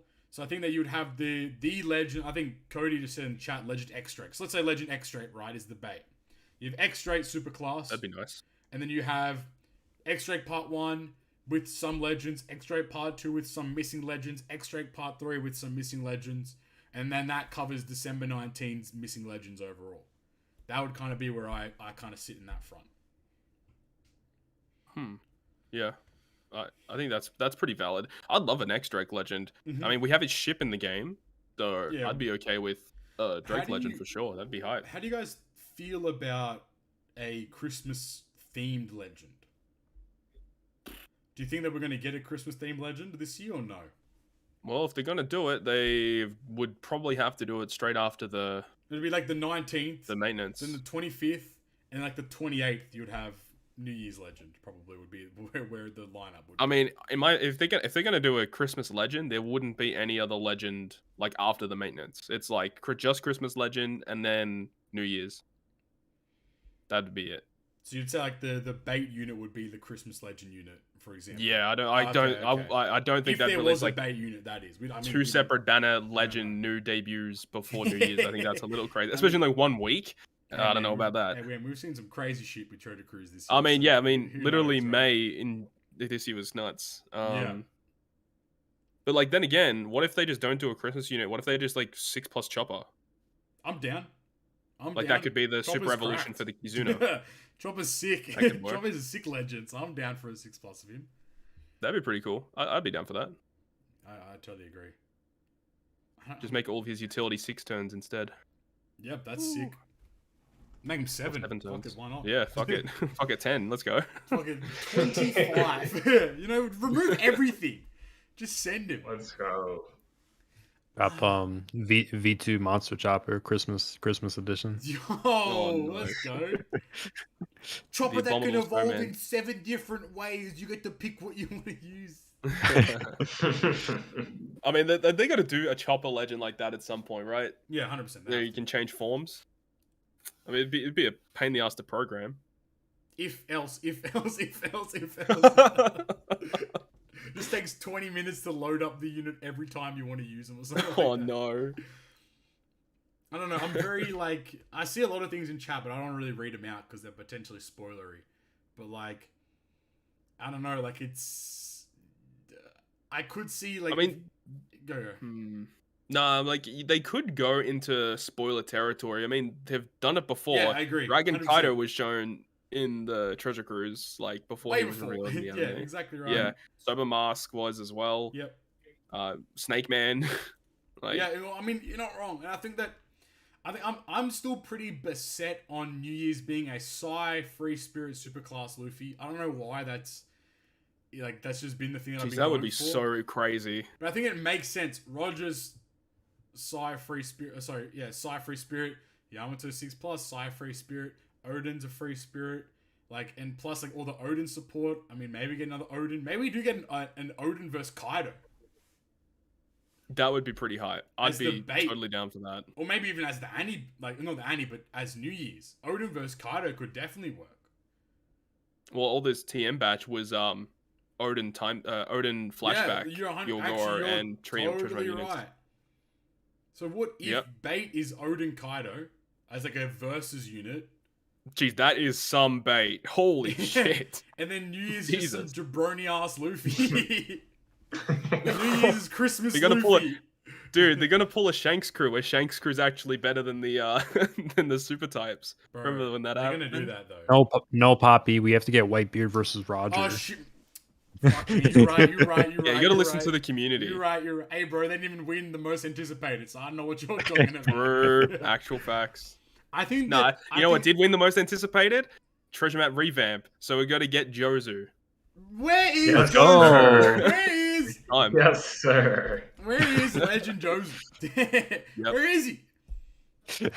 I think that an Odin versus Kaido like works, especially with all the units being Odin supports, but then again, we might just be reading too deep into that. It might just be more units for current Odin. I mean, literally just could be 6+ Odin. Yeah, I mean, imagine pot Odin 6+. That'd be sick. I'm down. That would be pretty nice. I mean, like they're not like shy with doing like dead units for 6+. So that's also very true. I mean, they've done 2 of them before, so. You're right. So Legend Josie 200% damage reduction. Facts. Didn't Snowman make a video about his predictions? He did. I didn't watch it. I think I saw a lot of people mentioning that they wanted to see like a Zoro Sanji legend for New Year's. Makes sense. Like a Zoro Sanji, a Zoro Sanji super swap unit would be pretty sick. Yeah, it would be. I don't know if I'd really like that as our New Year's though, to be honest. If that was the only New Year's, if that was with something else, I'm down. But if that is like the main like selling point of New Year's, it's not as hot as I was. No, it doesn't live up to the hype of Roger and Odin last year. No, absolutely not. Not even close.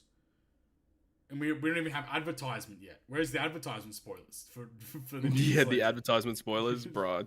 I hope that never happens again. We're not gonna advertise ever again now because of that. I don't know. I think that I do think that there is a high potential chance that it's gonna be some sort of Odin versus Kaido as the bait potentially, and then a Luffy. I think it's gonna be a Luffy of some sort. I don't know.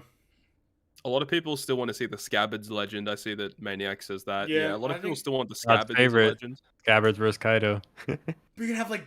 I mean, again, like it's not even far fetched anymore. Because I remember before Straw Hat Crew were like 9 characters on a unit as too much. Straw Hat said, "Hold my beer, make 10." So like, right. It's not too far. Super low key though, Todd. You can't lie. If they did make that and they had the special effect was the animation from that episode, that would be pretty sick. Oh yeah, where like they're all like the like like where they're like breaking through all the doors. Oh yeah, dude. Whew. No, that'd be that would hot. be beastly. What would that unit do though? Like, what would that unit be? Like, would it be like a slasher? I would assume, like a strength. You slasher attack by 2 times. That's it. Oh, that's it. Just 2 times. That's too great. That's too much, man. 1.75. It's 1.75. Come on. Well, they just make it like a Sweet Commanders kind of unit where it just does like 3 different boosts. I'm down. In one. Dude, that'd be sick. Like huge boosts. I don't know. I mean, Slasher Free Spirit makes sense. Like 5x captain if you're under 30% HP. Actually, it's going to be a shooter because of Izo. One unit's like, no, can't be samurai. Shoot a free spirit. Shoot a free spirit. Works with ace. Can't be a slasher. True. Slasher free spirit would work though for a Scabbard's Legend. Work with Odin. Work with Ace. Like it would kind of. And make it a strength unit as well, so it works with Odin and Toki. You have to, right? Oh, and then again, yeah. What if you have Toki in mind as well? Like it's got to work with Toki. You're right.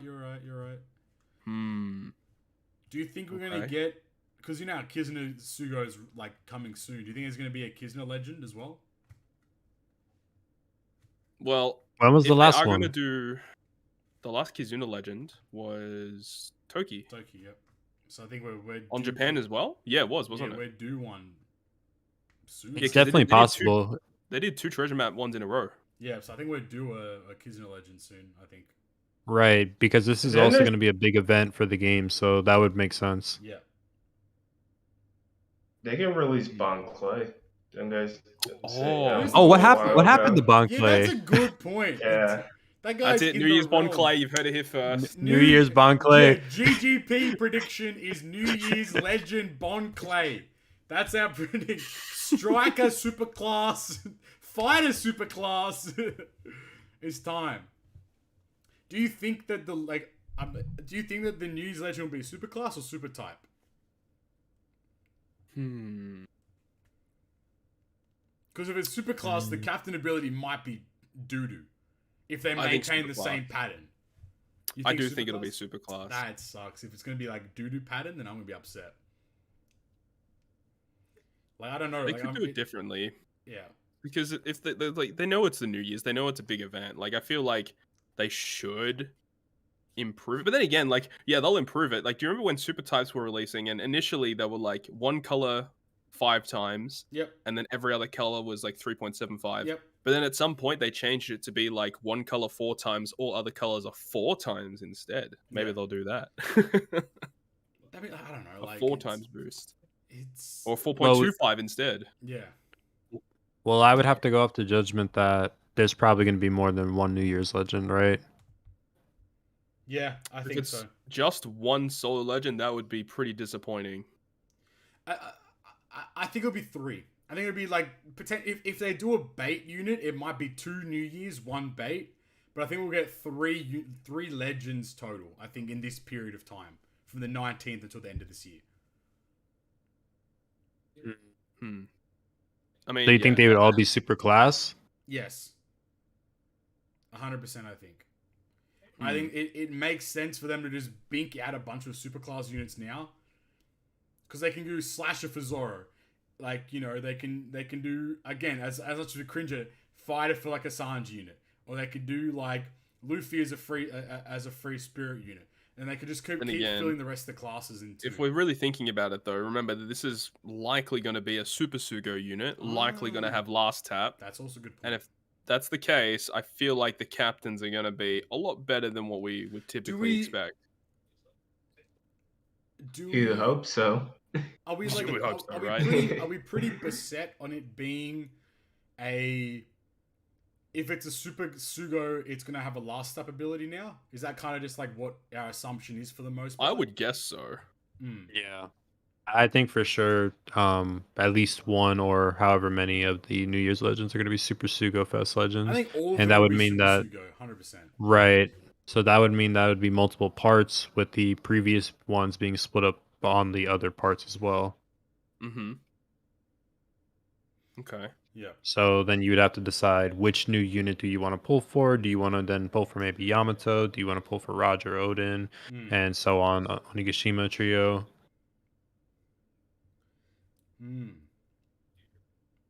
I think like the banner's going to be cracked nonetheless, I feel like you're going to have Yamato on one section, you're going to have the Onigashima trio on one section, you're going to have Roger Odin on another section. Like, here's a good question, since it will probably be a, both global JP banner. Yeah. Do you think the first multi will be 30 gems? I say the first multi is 30 gems, but every other multi is 50. I don't think we're ever going back to 1 gems. I think as sad as it is, they still haven't came back. At least for main banners, they're not back. For Pyro Rumble banners, they're not chilling. For debuts. It's fantastic. Pyro Rumble banners are sick. I agree. I think it'll be 30 gem for the first multi and 50 gems thereafter. But it is New Year's, so maybe they'll do something special for New Year's. Who knows, Just right? But bring back 1 gem multis, man. even if they just do multiple 30 gem multis, that's if they literally like, did everything with good. 30 gem multis and guaranteed the unit on the 30th multi, that's 900 gems. Like that's, I mean, that's still a lot, but like in comparison, it's not much. Yeah, you know? if every multi was 30 gems, whew. Like at least like do good. like. But you gotta remember though, if they did that, the steps would be way worse. Oh, totally. I don't care. Like legend or rate boost on like every step. Yeah. It already is legend or rate boosted on every step. Anyway. Yeah, true. Every time I look at a band, it's like 2, 3, 4, 6, 10, 12, like all the same. Like I don't know. Let's take a guess. How many rate boosted or legend steps do you think will be on the banner? Well, I think the first question before that is the unit going to be guaranteed on the 30th or the 25th? Well, Roger was the 30th, wasn't he? Roger was the 30th, but he had 1 gems. Onigashima were the 25th. Yamato was 30. I think it's going to be 30 because JP standard. Yeah, I think 30 as well. I'm guessing 30th multi, and out of the 30 multis, 20 of them will be legend or rate boost steps. Oh, that's bad. Because that's pretty common though. Because generally what they'll do, they'll be like 5, 10, 20 are like limited or super limited steps or whatever. And then sometimes they'll chuck in like recommended character or new or this or like that or like. Well, it would be cool if like they did like every 3rd multi was a guaranteed legend, but like every 6th multi was like a super limited pool step or something like that, like super restricted. Yeah. Well, just having more restricted pools, because like they're probably gonna have if it's gonna be like 15% red rate, probably 30 available legends. 30 legends, I'd agree. So if they do like a super limited pool that has like between 8 to 10 in like one step or something. For Yamato they did 8, right? I think so. That sounds right. I think for everything they've done 8 for in terms of like super limited or whatever it was. So like. Yeah. I was gonna say I think it would be really cool because I feel like we're at the point where we have a decent amount of them to actually do this now. I think on the 10th multi or somewhere around there they should have a Super Sugo guaranteed character. Totally agree. You just pull one of them. Yeah. Because there's so many at this point. Like don't push it to like, oh, you gotta do 25 or oh, you gotta do 20. Like that's just ridiculous. It depends how many Super Sugo units are gonna be on each part though. Because I don't think all of them will be on each part. They could do 4 parts. They could do 4 parts, but then on part 1, they do after 10 multis, you're guaranteed a Super Sugo unit where it can be Roger Odin, Onigashima Trio, or Yamato. Or the new units. You have all like the new 7 or 8. I hope the new ones are on it. Nah, there's like fuck you, no new ones. They could do like if it's like 10 multis, like on part 1, if it's like 10 multis, for example. They could definitely do something along those lines where it's like part 1 has like 10 after the 10th on the 10th multi you get the chance to pull like 1 of 10 Super Sugo units. So then there's maybe like if you're missing a lot of them, then maybe there's more of an incentive for you to do 10 multis on part 1, for example. Because the Onigashima banner had like on part 1 there was like the 20th multi gave you a guaranteed Super Sugo unit. Did they have a Super Sugo unit on any of the other parts? I think on the don't remember. 30th was guaranteed either Luffy, Law, or Kid. On part 1? Yeah, on part 1. Yeah, I think that was what happened. But did they have just a guaranteed Super Sugo unit on like the other steps? I think it was either 20 or 25, I think it was. One of those. Yeah, I think it was 20. No, the other parts didn't have sorry, if you're talking about that's right. On their own separate parts, it didn't have anything. They were all guaranteed on the 25th, individually, like Luffy or Kid. 2, 3, 4. Oh yeah, that's right. That's true. But then on part 1, it was I multi 20 was guaranteed any Super Sugo unit, and then multi 30 was guaranteed Luffy, Law, or Kid. I think was the situation there. Right. Okay. I mean, I wouldn't mind if they echoed that, but I would want it to be a little less than 20. 15, like, okay. Especially for a new player that might be missing every Super Sugo unit. You do 15 multis on part 1. Hopefully you pick up something new along the way. And then you get to the 15th multi, you're guaranteed a Super Sugo unit. Hopefully it's something new. But, like, if they were like to do 20, 20 is a lot. Like, in reality. 20 is a lot. Mm-hmm. Yep. I mean, 15's a lot in reality, but I mean, like, I've said this before, but like we used to get guaranteed like specific legends on like multi 9, right? Like yeah, back in the day. Yeah. That they never do that anymore. Whitebeard, goat. Then we chatted about it last Bluebeard. ep. Like, Let's get that all legend multi 2021 legends onwards. Yo, let's go. All right, that's a good Hey, question. if you're gonna bring back all red multis, this is a good time to do it. I was gonna say, do you think they're gonna do that? No. All red multis. I'd say there's definitely a high chance of that not happening for sure. If they do it, it'll have every legend in the game. Yeah, it won't be restricted. 100%. But then again, when they did do it for global, they did restrict it, whether like every guaranteed legend step gave you like 2018 onwards or whatever the fuck it was. Yeah. That was actually pretty good. I mean, Shanks Crusader still good. Yeah, what was really cool is when they first brought that to global, they had the one with the higher the later legends, but then they took that away. I don't know why they did that. They took it away. Like, I remember when they brought it back, it was just like all reds, or it was like just further back. I think they took it away because they revamped the Sugo structure. Yeah. Because they went from having every legend available in every banner to 10 legends, 20 legends, 30 legends. Which I still think 30 legends is too much in 2021. Yeah, 10 legend banners are still goated. I mean, look at the fucking I hope the legend pools are good. You know they're gonna be 30 legends where 20 of them are absolute trash. Yeah, that's my concern. Is that it's gonna be 30 legend banner, 15% red rate. So the red rate doesn't change. It's still. I mean, it'd be interesting if they like, even if like, yeah, it'll have some old units in it. But even if it's like, V1 Rayleigh, Corazon, like those type of units that like, even if a new player comes into the game and they pull these really old units, like they're still like good. Like if it's something like that, I wouldn't be as mad. But if it's like, fucking V1 or V2 Jinbei, like Big Mom V1, like those types of units, bro, get out of here. Yeah, they'll definitely have some of those at the end. Oh yeah, 100%. Bro, if I ever see another Fuji unit again, I'm quitting. I swear to God. Fuck the Fujis, man. Fuck Fuji legends, man. Todd's gonna pull another 16 Luffy Sanjis in this Suga Fest, Oh yeah, and some Kaido Big Moms in there. Kaido Big Moms on top. Yeah. Why not? You know what would be really cool? They wouldn't do this, but it would be awesome if they like had all the banner, like other game mode banner legends on this banner too. Oh, that'd be sick. If there was an excuse to do that, it would be New Year's. As much as I don't think that's gonna happen, dude, could you imagine if Toki and like Ace Sabo was Let's on it too? go. Oh my God. Literally best banner of all time. Yeah, and then like all the missing ones that Global's missing, like CP0 Lucci, the Perona, the Boa, Superclass, Dofi, and Katakuri. Legit best banner of all time, if that's the case. They should do that though. Like unparalleled. Like if there was a time to do it, it would be the New Year's celebration. It's just par for the course, right? Why would you not celebrate 2021 in Treasure Cruise as a hey? This is a banner. It's gonna have fantastic legends on it.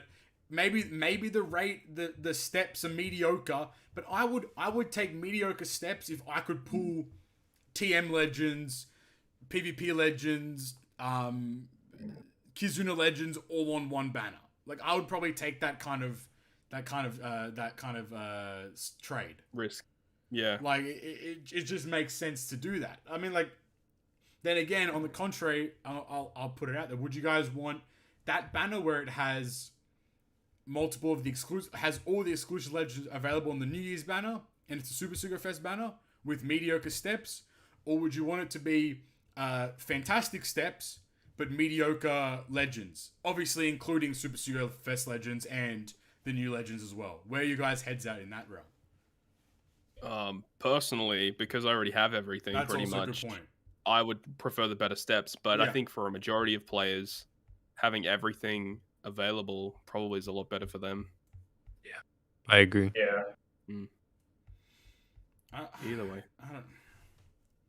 it's hard, and I think that like and obviously like it's part of the course because you can't make everyone happy, which is like true. What you have to assume at the end of the day. But I just really want New Year's to go well because recently, at least for like. And whilst I don't necessarily agree 100% with how the community has thrown shade or thrown hate at Treasure Cruise, behaved is a good point. there are a few things that I would agree on, but not to the same extent as them. For sure. Like, there are a lot of issues. Like, as we bring up every fucking ep, there are always going to be constant issues and such, but, like, I would really want them to culminate the year in a very positive light and release a fantastic banner and a really enjoyable celebration and try to rekindle that kind of passion that was created when Roger released. Because World Cruise was fucking awesome.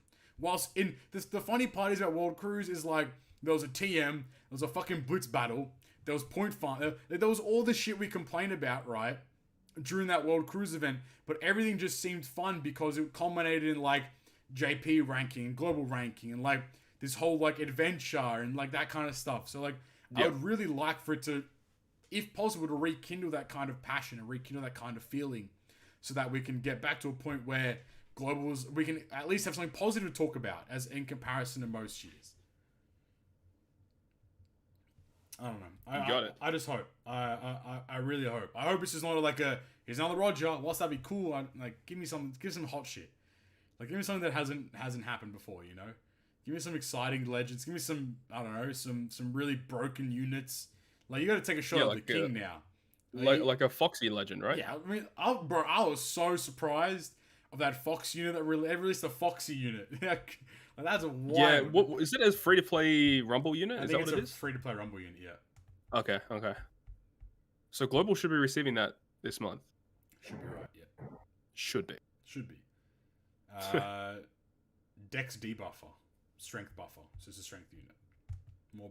Oh, okay. More to strength then. Fair enough. I guess.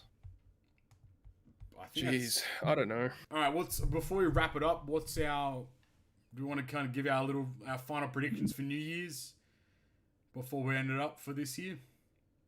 I think I don't think it's going to be the bait. I think it'll be Kaido and Odin as the New Year's legend. Yeah, that's going to be my guess. Flame. I think it's going to be something Onigashima related. But I feel like that they're also going to cater towards some hype and maybe drop something that people were really expecting. Yeah. Knight. I think it's going to be the Scabbards. Let's go. As the New Year's. As the New Year's legend. Yeah, sure. Yeah, let's run it. And then I'll round it up. And I think that it's going to be a Odin Kaido bait. And I think that we're going to get another legend, but then we're also going to get a Free Spirit Sai Luffy as the main legend superclass for this new year. Tank Man's time. No, it's it. The actual legend is going to be another Sanji. Let's go. Another Sanji. It's about that pudding. Time, you know. Christmas Sanji and pudding versus unit. Let's go. No, it's Sanji versus I'll come back, bro. Sanji versus Josu. Sanji versus dressed like Josu. Sanji versus Baby Fife, TM legend. Okay. All right. That's a good point too. I'm looking forward to that stuff next year with the movie stuff. Yeah. Totally. Oh yeah. That's bro. We're gonna have a Shanks legend in August probably. Probably a cracked unit as well. It should be in August. There you go. All right. Cute. That wraps us up. And now, as our new tradition, we're gonna thank all of our members. Lovely. So I'm gonna go through each one because all these are all brand new, pretty much. Shout out to Rioan, Vince M. Zamora, Vince M. Zamora, who's a producer, Cody, Kisa, Alex, who's a producer twice. I don't know why, Alex, you've been a producer on 2 accounts, but we appreciate it. Mecha Gary, who's also a producer. Stump, the Lord Shura, who's a producer, and My Drunken Monkey. But that's it. Thank you very much, guys. That's it for GGP. Thanks, guys. We really appreciate everyone for hanging around with us for 2021 and still being part of the show. We appreciate everyone who got involved with the award show and gave their nominations and voted and was here today live to see it as well. I think what's going to happen is we're gonna take this video down and we're gonna potentially just re-up. I don't know. We'll figure out what we're gonna do with this video, but the audio will still be there for all the audio only listeners nonetheless. in case you want to see it. But that wraps us up for the year. We'll be back next year at some point. We'll let you guys know on our social medias. Speaking of which, as per usual, if you'd like to find out more about us, you can find us at Linktree, linktr.ee/GoodGreatPerfect. There you can find a plethora of all of our social media platforms, that being our Twitter, at GGP Podcast. You can find us on YouTube, which are here right now. So make sure you subscribe and smash the like button. It helps out a great deal. And comment down below as well. We really appreciate all that kind of stuff there. On top of that, you can find us on our audio-only platforms, that being anchor.fm/GoodGreatPerfect. And then on the main platforms there being Spotify, Apple Podcasts, and Google Podcasts as well. As per usual, if you like us as co-hosts or as individuals, you can find all of our social media links down in the description. Flamevius, Toadski, @NightmareJP, and myself, Captain Papi. And yeah, I think that's about it. I have been Captain Papi for 2021. Flame, Todd, and Knight. Thank you all for listening to another episode. Talk to you guys next time. Peace. Bye. Let's get it.